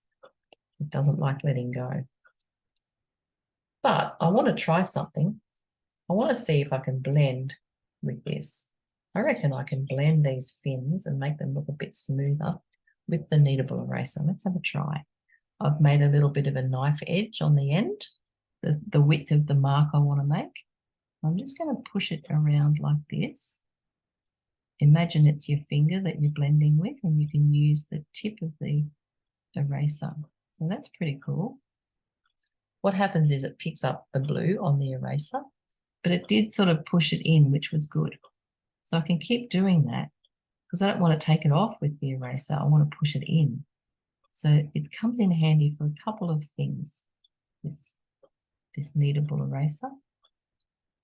So it's a good thing to use if you can't get your fingers into the pointy bits. You can use this. The other thing you can use are blenders, which I'll show you one in a sec. My blender, I've only got one of these. It's an Art Spectrum brand. And it's got a little rubber tip on it. You see that there? And so it is also a really good little tool for blending in the skinny bits like this. If you want to get into the pointy end of something, they're really good to have. But I reckon the eraser does a pretty good job. So that's an option. Luckily, these end of the fins are kind of wispy anyway, and they're not hard, sharp lines. So we can keep these quite soft and fuzzy even. You get that fuzzy sort of effect, which is what we really want with that sort of the ends of those. So, yep, you can keep using your kneadable eraser. Just find a clean edge if you feel like you need to do that.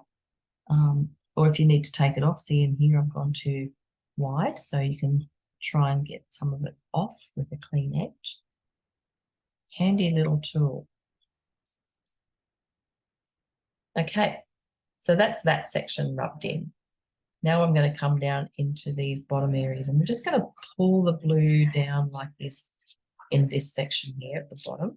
So don't go all the way down. I just want to kind of blend that in a little bit to the pastel that's already there. So it softens it off. Yeah. Wiping my finger again, and then I'm going to come up into here. I'm just going to push this around lightly because I still want some of that dark to show through underneath to try and help me make it look a bit scaly. I don't know if it's going to work or not, but we'll give it a crack.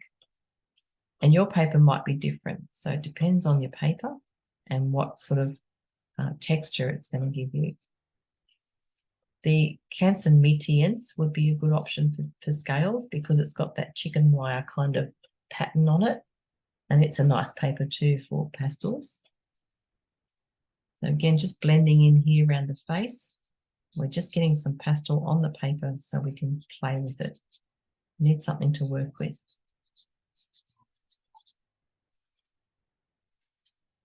There we go. So that's kind of blended in just softly. The harder you press, I'll show you, if you press hard, it'll go darker. So where do I want it to be darker? Maybe here. If I press hard there, just keep pushing. See how it goes darker and sort of muddy. If I say it's muddy, it means that it's mixing the colors and turning into these beautiful grays, which isn't a bad thing. So, you know, you could potentially push that all the way in if you want to, and then build up on it. Okay, now let's just look at the next tone of blue. So I've got 4 blues here. I don't know whether I'm going to need 4, but anyway, we'll see how we go. I'm just going to dab a little bit of this lighter blue where I can see that it's slightly lighter. It's not the lightest. We've got another blue for that, but it's a little bit lighter in around the face there. And maybe around the body area. Here, I'm just literally wiping it on lightly through like that. And around the eye and the face, I'm going to make that just lightly wiping. You get to sort of create texture by doing that. You can see how it's got texture now. It looks sort of bumpy. There's a little bit of light blue out here. So now we're going to start to sort of draw in some of these shades of blue through the tail. What I'm doing is I'm wiping it from the beginning of the tail where the body is, where it joins onto the body, and then wisping my marks out like this. So just doing lovely soft little marks, again using the edge of this pastel because this is another Blue Earth brand, and it's got that beautiful soft texture, but a lovely sharp edge as well that I can use to create lines, the parts of the tail of the fish. See how the light now really starts to bring it to life? That's what we're trying to achieve. So that's why we go from light to dark. A bit of light through here as well. I'm going to wisp a few bits down through here. So just sort of looking at the fish, working out where the light blue bits might be, a few light bits through there. And we're starting to give it some life. Now the other area where I can see some of this lighter blue is up here in this section where the fins are. So see how we've put some shadow in here soon to give it that 3D effect. We've got a little bit of light coming down like this, sort of like the bones of the fin coming down through there. So by putting the light there, that's going to help make these look like they're raised up when we get some darks in between them. We might have to come back and touch up the light again. That's okay. It's very doable. Just putting a little bit of light up into these skinny bits here. like that. Okay, so you can see how the tone really helps to bring it to life. You can start to see some shadow now happening around here and down inside those fins. Let's pick up our next lightest blue. This is the fun part where we get to go lighter and lighter. So I can see there's light here. This is a bit more greeny blue, this one. It's definitely got a lighter tone. The way I can tell is I can look at the picture and squint. So if you squint and look through your eyelashes, you can tell the lightest tones. You can see all the tones by squinting. This is slightly lighter. It's not my lightest. I'm saving my light for last. And if you've been to my classes, you'll hear me say that a lot. I never use white until the very end because you can't get lighter than white, right? So don't put it on early. Save it for last. Use other lights first. And then if you still need to add white at the end, you can. You're just giving yourself the option.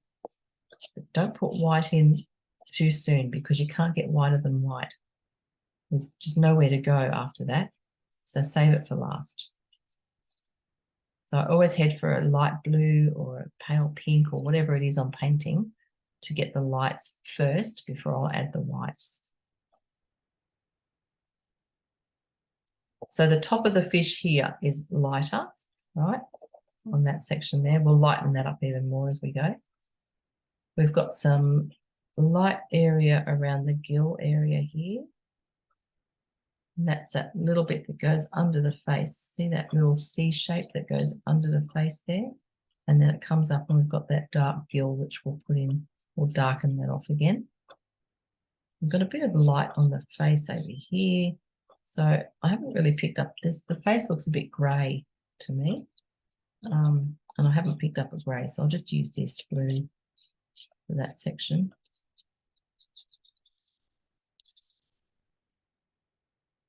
Lovely. Okay, now I'm going to go back to my shadow colours because what I want to do is put some shadow into that fin up in here. Then we'll blend a little bit and we'll start to help. It'll help to make it look like it's got ridges. Don't go to your darkest shadow. This is my magenta. That's this middle one, or not middle, but next darkest. So I want to try this one first. If it's not dark enough, then I can still go to there. Okay, it's the same theory with the darks. Don't go straight to dark. Try something else first, and then you've still got dark if you want to get darker.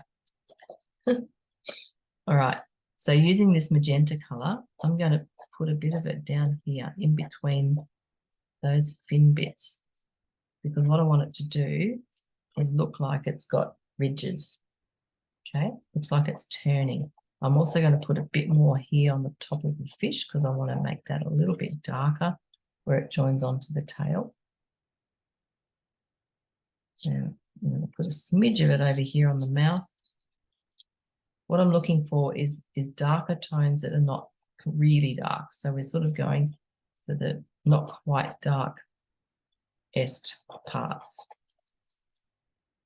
Okay, so I put it in the fin here between all the little ridges, the light ridges. There's a little bit on the back of the fish there across the top. Put some at the mouth there because I want to get a bit more detail in there afterwards. And around the gill here. And if you look closely, there's little like hairy bits that come out of the gill like this. And put those in later. There's a bit of darkness there and here around the bottom area of the body. So now I'm just going to push this in lightly. I'm not pressing very hard. I'll come back over some of this with blue to get the scales back on. It's going to blend in around the mouth area. While I'm here, I'm going to put all of this in. So I'm just sort of blending everything in now. The blues and the purples and everything into this area. And hopefully it'll start to take some form because of where we've put the darks and the lights. It should start to look like it's got shadows. Yeah, it's starting to. We're getting there. So it's really important to get those shadows in there, and that's all about the tone. All right, so there's the body of the fish starting to come alive slowly, slowly. Now I'm going to come up here and we'll wipe my fingers first. Up into this section here, see how we've got light, dark, etc. I'm going to kind of merge those together and just pull my finger in that direction, but just in this section here, in this solid area, not up into the skinny fins, but just in this solid section here. I'm just going to pull that around, and as I come across, everything will sort of blend, but it should start to take some form as well and look like it's got shadows. So shadow through there, and then we come up lighter here, so it's a little ridge, and then more shadow there, and then lighter with the ridge, and then shadow, and then lighter with the ridge. Does that look? Yeah, good. It's working. Shadow there, lighter with the ridge, and shadow there. So see how that now looks like it's got form. Now, if you want to darken that off and make the shadows deeper, you can. You can make the lights lighter. So that's what creates form, is shadows and light. Just going to tip off some dust.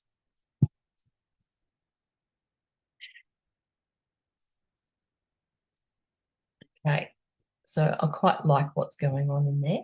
I'm going to try a bit of purple just because I want to. Don't know if it's going to be dark enough, but I'm just going to put a bit of purple in there to brighten it up a little bit, just where those dark sections are. You can see on the picture that there's a few little dark marks there anyway on the skin of the fin. And again, I'm just going to pull that in the direction of the fins. Okay. So that's now starting to look like it's got lovely form. It's a solid object, but it's got bumps on it to lighten up. So now let's lighten up a little bit more. So I'm going to put a bit more light through here on the ridges with not my lightest blue. This is the blue we used before. So it's that one there, that greeny blue. I know it doesn't look like it is. There it is. There's a clean bit of it. That's that greeny blue color. I haven't gone to my lightest blue yet. I just want to work in here first and get some of this working really nicely, and then we'll move down into the body and the other fins. So a bit of light in there. Same thing, just gently pulling it around, and just don't press too hard. So as you build up your layers of pastel, you press less hard. Just let it sort of gently do that. Nice. I think I want to add more dark. So this is where you get to the point, and I love darks, I really do, and I like the drama of darks that they create, but I feel like I want to put a bit of dark in there just to give it some more energy. So this is my blue violet. That's my darkest one that we used at the start. I'm just going to put a little bit on because it's a pretty strong color. Just put a little bit of that in here and there, not everywhere, just to get a bit more definition happening through here. And you can see there's some darker marks in there anyway, kind of spotty sort of marks. And just across the back of the fish too, I want to darken that off a bit more. I'm just darkening that off and pulling some of it down in towards the fish's body. That way, that's it. So a little bit more dark in there. I'm just going to very gently now push that, dab it in, Will. So you can dab. That makes it sort of stick to the paper without blending too much. I want to try and keep the nice bright blues in there, but create a bit more shadow. There we go. That's good. Lovely. And then the back of the fish, I'm just going to pull some of that down from the edge into the fish. So when you want to do this sort of work, so what I'm trying to do is keep the top edge nice and clean and sharp, and then there's the other side blurry and soft. So you put the pad of your finger, I'll show you again, I'll just mark it in with a line like this. You get the pad of your finger and you put it right on the edge, and then you just pull it down and just keep doing that, and you start to create this really lovely soft blurry edge while leaving the other edge sharper. See how that's created a lovely distinction between the top of the fish body and the fin there. So that was the effect I was trying to achieve. It takes a bit of practice, but with practice, anything can be possible. All right, now, quite happy with those fins. I know they're looking a bit wispy and odd. You can come in with another pastel if you want to, like a hard one like this one, and just tidy up some of those edges with the purple maybe. That's quite nice. It just tidies it all up. And with the harder pastels, you'll get a finer line, so you can probably do some wispy ends with it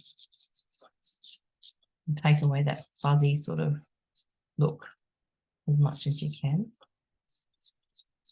The other alternative is to use pencils, pastel pencils, for fine work like that. I'm quite happy with how that looks. It's fine. I don't mind it. So I feel like this part is pretty much done. That's kind of got as much information as I want to give it. This area is a bit of a mess. I'm just going to tidy up the edges of that guy as well. And then while I've got purple in my hand, I tend to sort of economise on picking up pastels and think, where else can I chuck a bit of this while it's in my hand? So I'm going to put a bit of purple down through the tail here. Just some nice soft lines coming down in a swishy kind of mark. So it looks like it's floating in the water. There we go. That'll do for that bit so far. Now, let's focus on the tail and get some of that happening. I can see there's quite a lot of this rich magenta in there, so I'm just going to throw a bit more magenta in. So if you want to pick that one up, just put a bit more red or pink through here, whatever your colour is that you've chosen. And then I'm going to pick up my bright coral red. We haven't used this one yet. It's a bit delicious. Put a bit of that through here too, because I want to just get some really bright, beautiful colours happening with the blue. That's nice. You can see the lines on the tail are not all strong, hard lines. It's quite soft and wispy, and the colours are broken a little bit. So, you know, and some crisscross over each other too. So see if you can sort of swish a few over each other. That's nice. It's a nice red. If you find it's too red or whatever, come back with your blue. So you can see how you can just keep layering your pastels. And because we haven't blended any of this part, it's just all sort of blending on its own into each other as you go, which is kind of nice.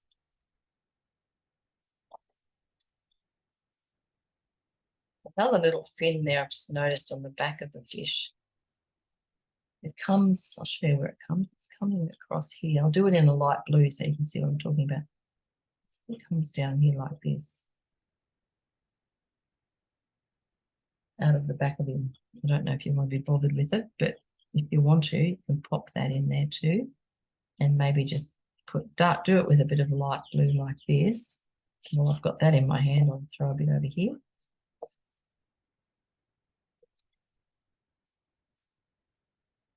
And then I'm going to put my darker blue over the top of it because I don't want it to dominate, but it is there, so probably should acknowledge it, sort of.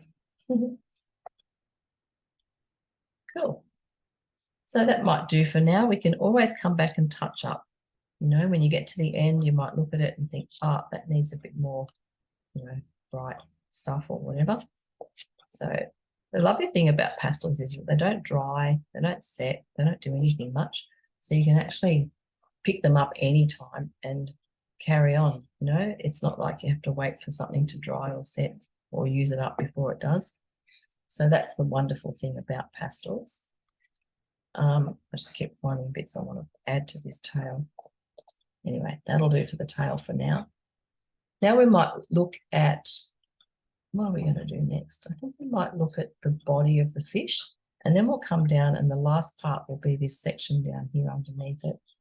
So let's have a look at the body. There's a bit of information we need to get back into here. Let's pop some more dark on here now, because I've lost my dark. I don't know what yours has done, but it kind of disappears a little bit, and that's okay because I knew it would. And don't forget that little dark frown on his lip. Okay, so draw a little dark mark like that, and then another one just above it. You see that mark on the lip there? Use the edge of your pastel just to get a dark mark. If your pastel's not doing it for you, might be too hard or something, you can always try charcoal. Because charcoal and pastel work really well together. So maybe the charcoal will be dark enough. Might not. I'm not sure. But you can try that.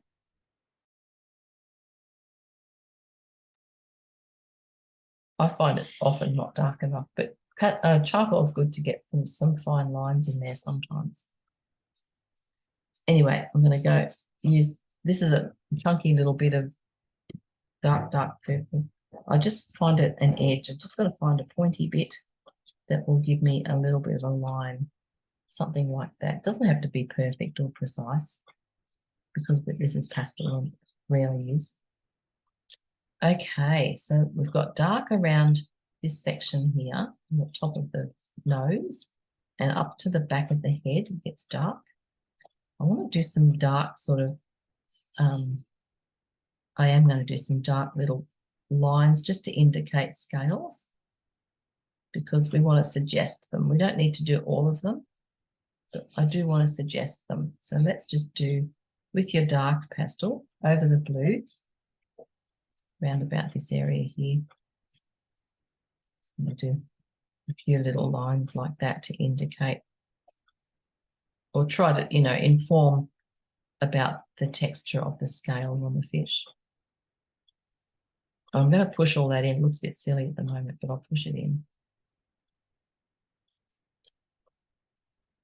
And then down here, it's much darker. Not very good at scales, obviously. Need more practice at this.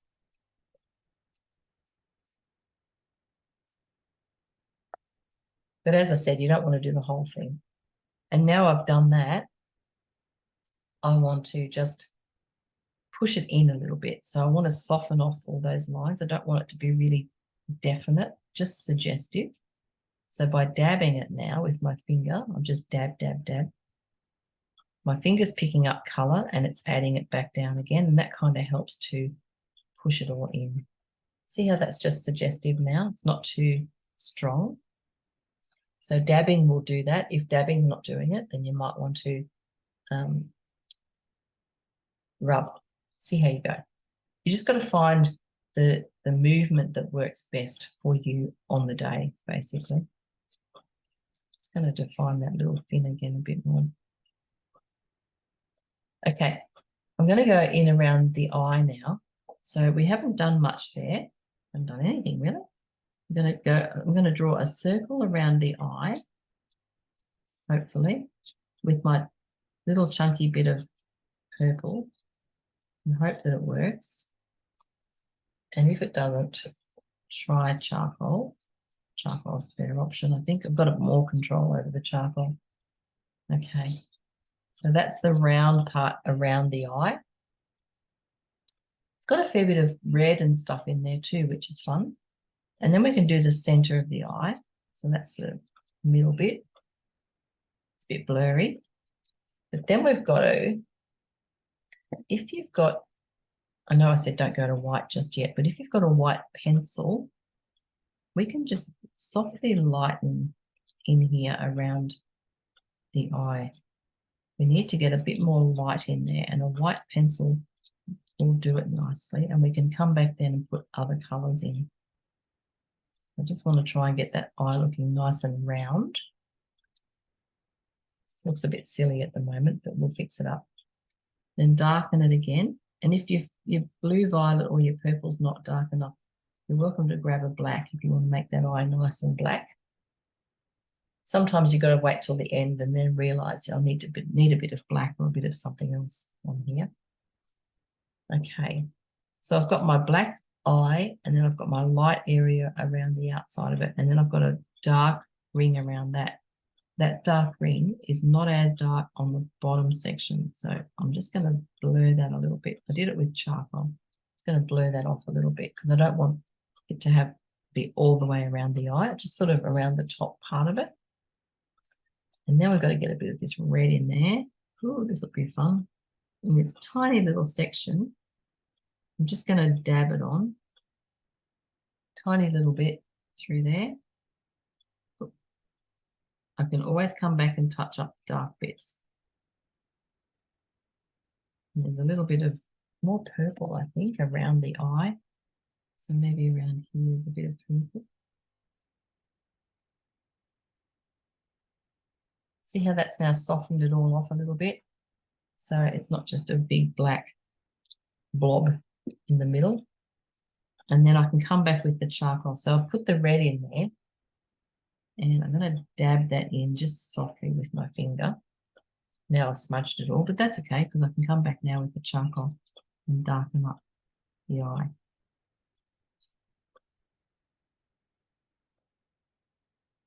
So it takes a bit of toing and froing and mucking around to get it to be right. But just keep putting it on and then pushing it in, put a bit more on and take it off and, you know, muck around. There's some blue in there too. I'm going to try and get some blue just in the bottom left section of the eye. In there. Bit of blue. This is the blue earth again, and luckily it's got a lovely sharp corner because it's a brand new one. I haven't wrecked it yet. And then again, you can just dab that with your finger to push it in a little bit. So now the eye's really looking much nicer. And it's got some shadow on that top right area over here. Just going to darken off there a little bit more. And running around the face, just looking at the lines and the shapes. And then, of course, we've got that gill. I'll put the light in the eye afterwards. I know I haven't put it in yet, but I will. We've got that gill sitting here. That's this dark section here. It's like a C shape, just there. So let's fill that in with dark. And then run that around kind of under the face. So it disappears off underneath there. It comes up around here. So we've got this lovely big dark section in there.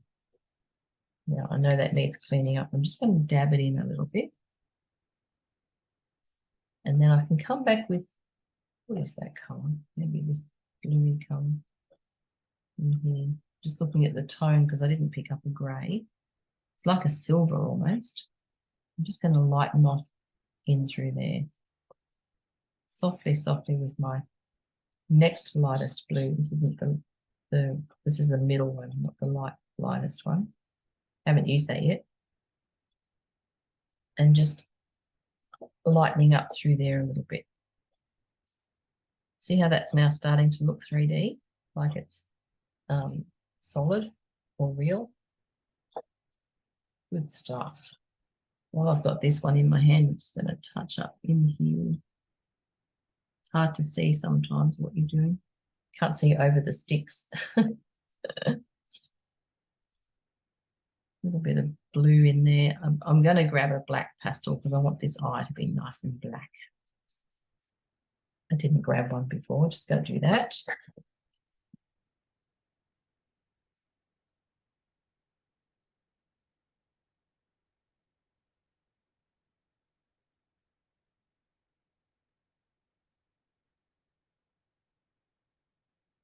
As I said, you save your darks for the last two. So this is a black, I hope. Yep. See how that's nice and black now? And I'm just going to tip off my dust. If I try to blend it or blow it, it'll end up everywhere. Try not to blow your dust all over the place. It's really hard, I know. And then I'm just going to clean up the edge there, make that rounder with my little pencil. So you can use the pencils to mark like this, or you can kind of just use them to blend a little bit. Now, the detail around this eye, see there's a light part there. It's like a C shape there of light. And then we've got that little bit of light up here, that tiny dot that we tried to do before. Sits about there. That'll bring him to life. I think his eye needs to be a bit blacker again and a bit bigger. It's lost its shape. So you can just keep kind of touching it up until you get it right. Better. A bit more pink in here or red. See, when you blend and dab, the colors go dull. So to get the brightness back, you really need to put the color on and then not touch it. So that's how you get the beautiful brights, by not touching it. Coolio. And then just going to define that outside line a little bit more.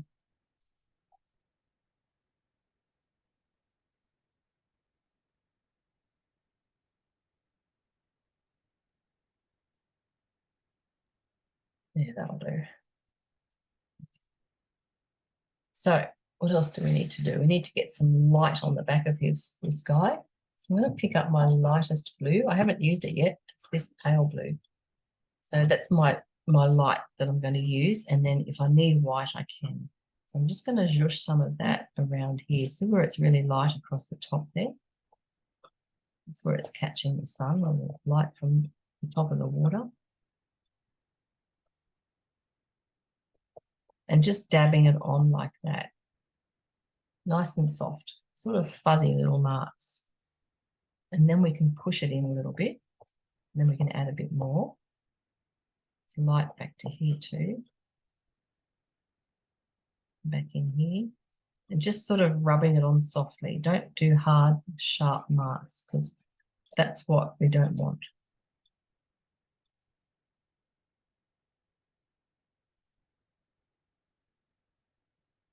Cool. And then once you've done that, see if you can clean your finger off and just give it a little dab. Just dab, dab, dab like that. You don't want to blend it because it'll turn to mud, but we just want to dab it so that it sort of pushes into the paper and hangs on. Then I'm going to come back again with this other blue. So I'm just going to dab a bit of that on just around this light area. I want to try and keep this guy looking quite vibrant and, you know, lovely.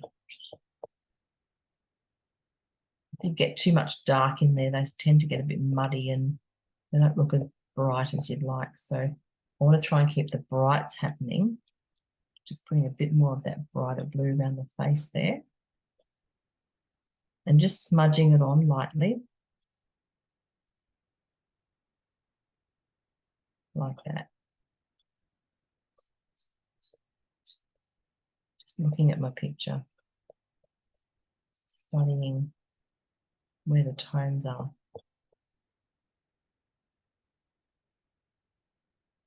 Here we go. Grabbing my lightest blue again. Now I'm just going to do some little dabs. What I'm trying to do is create the look of the scales just by doing some little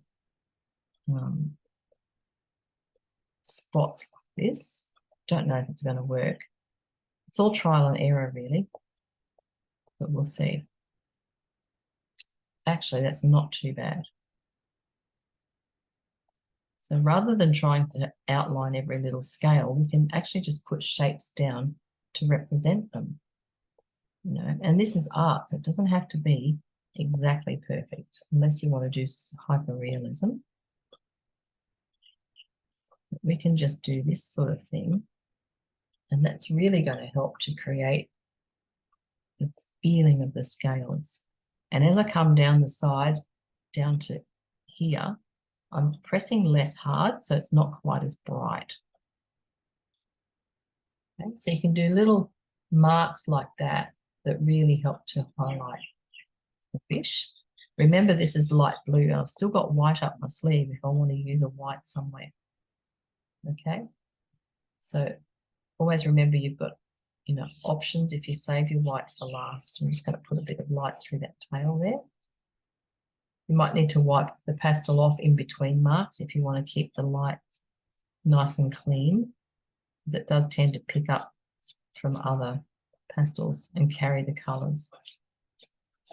I'm just lightening off around the back of the tail here as well. You can see there's some lighter sections through there. He's looking quite good, isn't he? I like him. It's nice. Okay. And I'm going to go back over here to the face because I want to get a little bit more light in around the gill here. Because if you look at the picture, or even the black and white, you can see there's quite a lot of light on the face, especially around here between the mouth and the cheek. So I'm going to lighten up through here a little bit. That'll bring him alive too. Let's get some light in there, around the nose and the mouth, and up here under the cheek.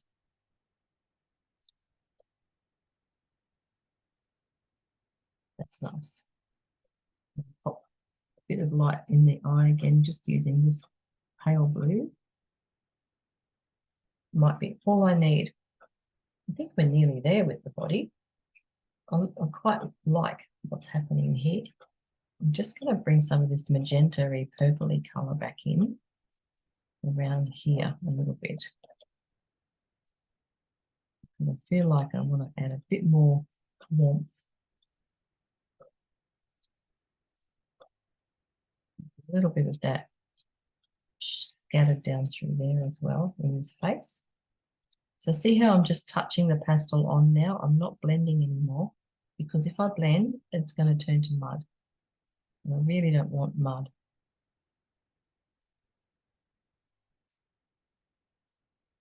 The hard part is making those little marks, you know, depending on the size of your stick, and, you know, the shape and all the things.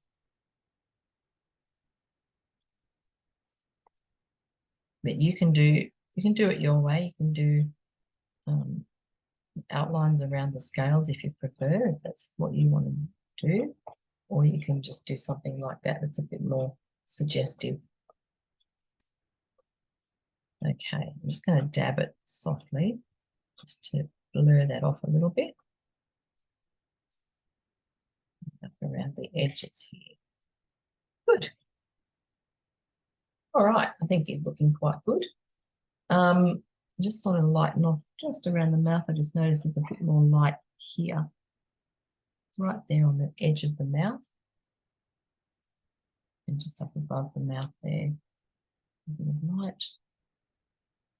lighter areas anyway. Now we've got, can you see those really thin hairy bits that come out of the gill section here? I'm using my purpley blue, it's my second darkest one, the magenta, this one here. Okay, and I'm just going to do some of those, what look like hairs. I've got a lovely sharp edge on this one, so it's nice and easy, but they're coming out of this section here around the gill. That's why I needed to make it lighter underneath so that you could see these little dark hairs. So just lovely wispy little marks like that to get them to stick out a bit. There we go. Lovely. Let's move down into the bottom fin now. And we can start to do some things in there. So there's lots of beautiful reds and stuff in there. I love it. I'm going to put a bit more of this dark magenta while it's in my hand down through here. And now we can start to do some lovely big sweeping sort of shapes. Come down like that and form these beautiful fins. So I'm using the dark red or dark purpley magenta first, and then I'm going to add red over the top. I'll throw a bit more blue in. We'll just kind of dance between colours to create this lovely rich fin that's underneath. Okay, so just putting some blue in now. This is the darkest blue that we used at the start because it's such a rich, yummy colour. I think it's quite delicious. So just a bit of blue down through there. And then I'm going to come in with this delicious coral reddy colour. This is where all the red really lives, doesn't it? There's lots of beautiful red through here. So I'm just going to do some lovely sweeping shapes down through here like this.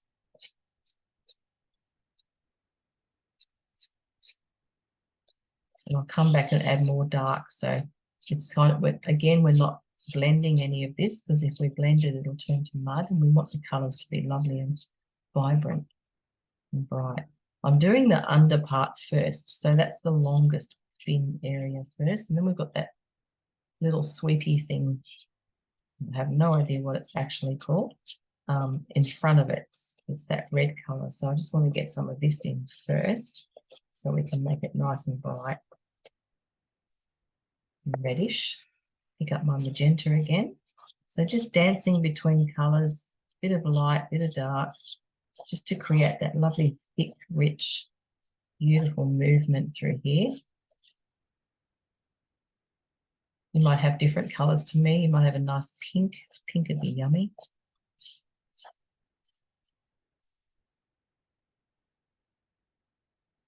Lovely. And then I can put a bit of, not really any light blue in there, so I'll just stick to this one. A bit more blue through there. Just to connect in with the rest of him.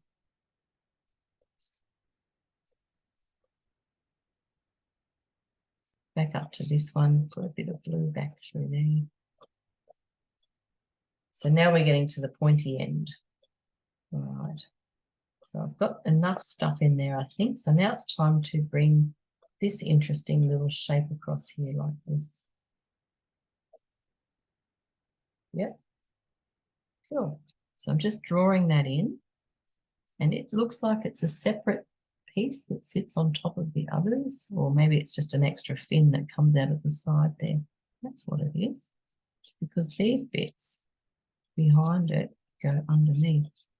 This is why you've got to zoom in close so you can find out what's going on. It's hard to tell sometimes. Interesting. Yeah, so that's that. And then I can pick up my darker red again, or my magenta-y colour, and just get a bit more tone through there.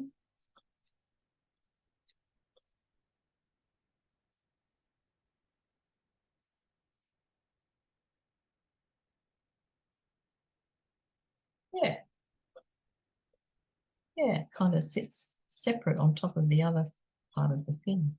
Interesting. See, who knew? Who knew the anatomy of a fish? Not I. Just going to put, see, there's little bits of light that are coming down off the where the fin meets the body.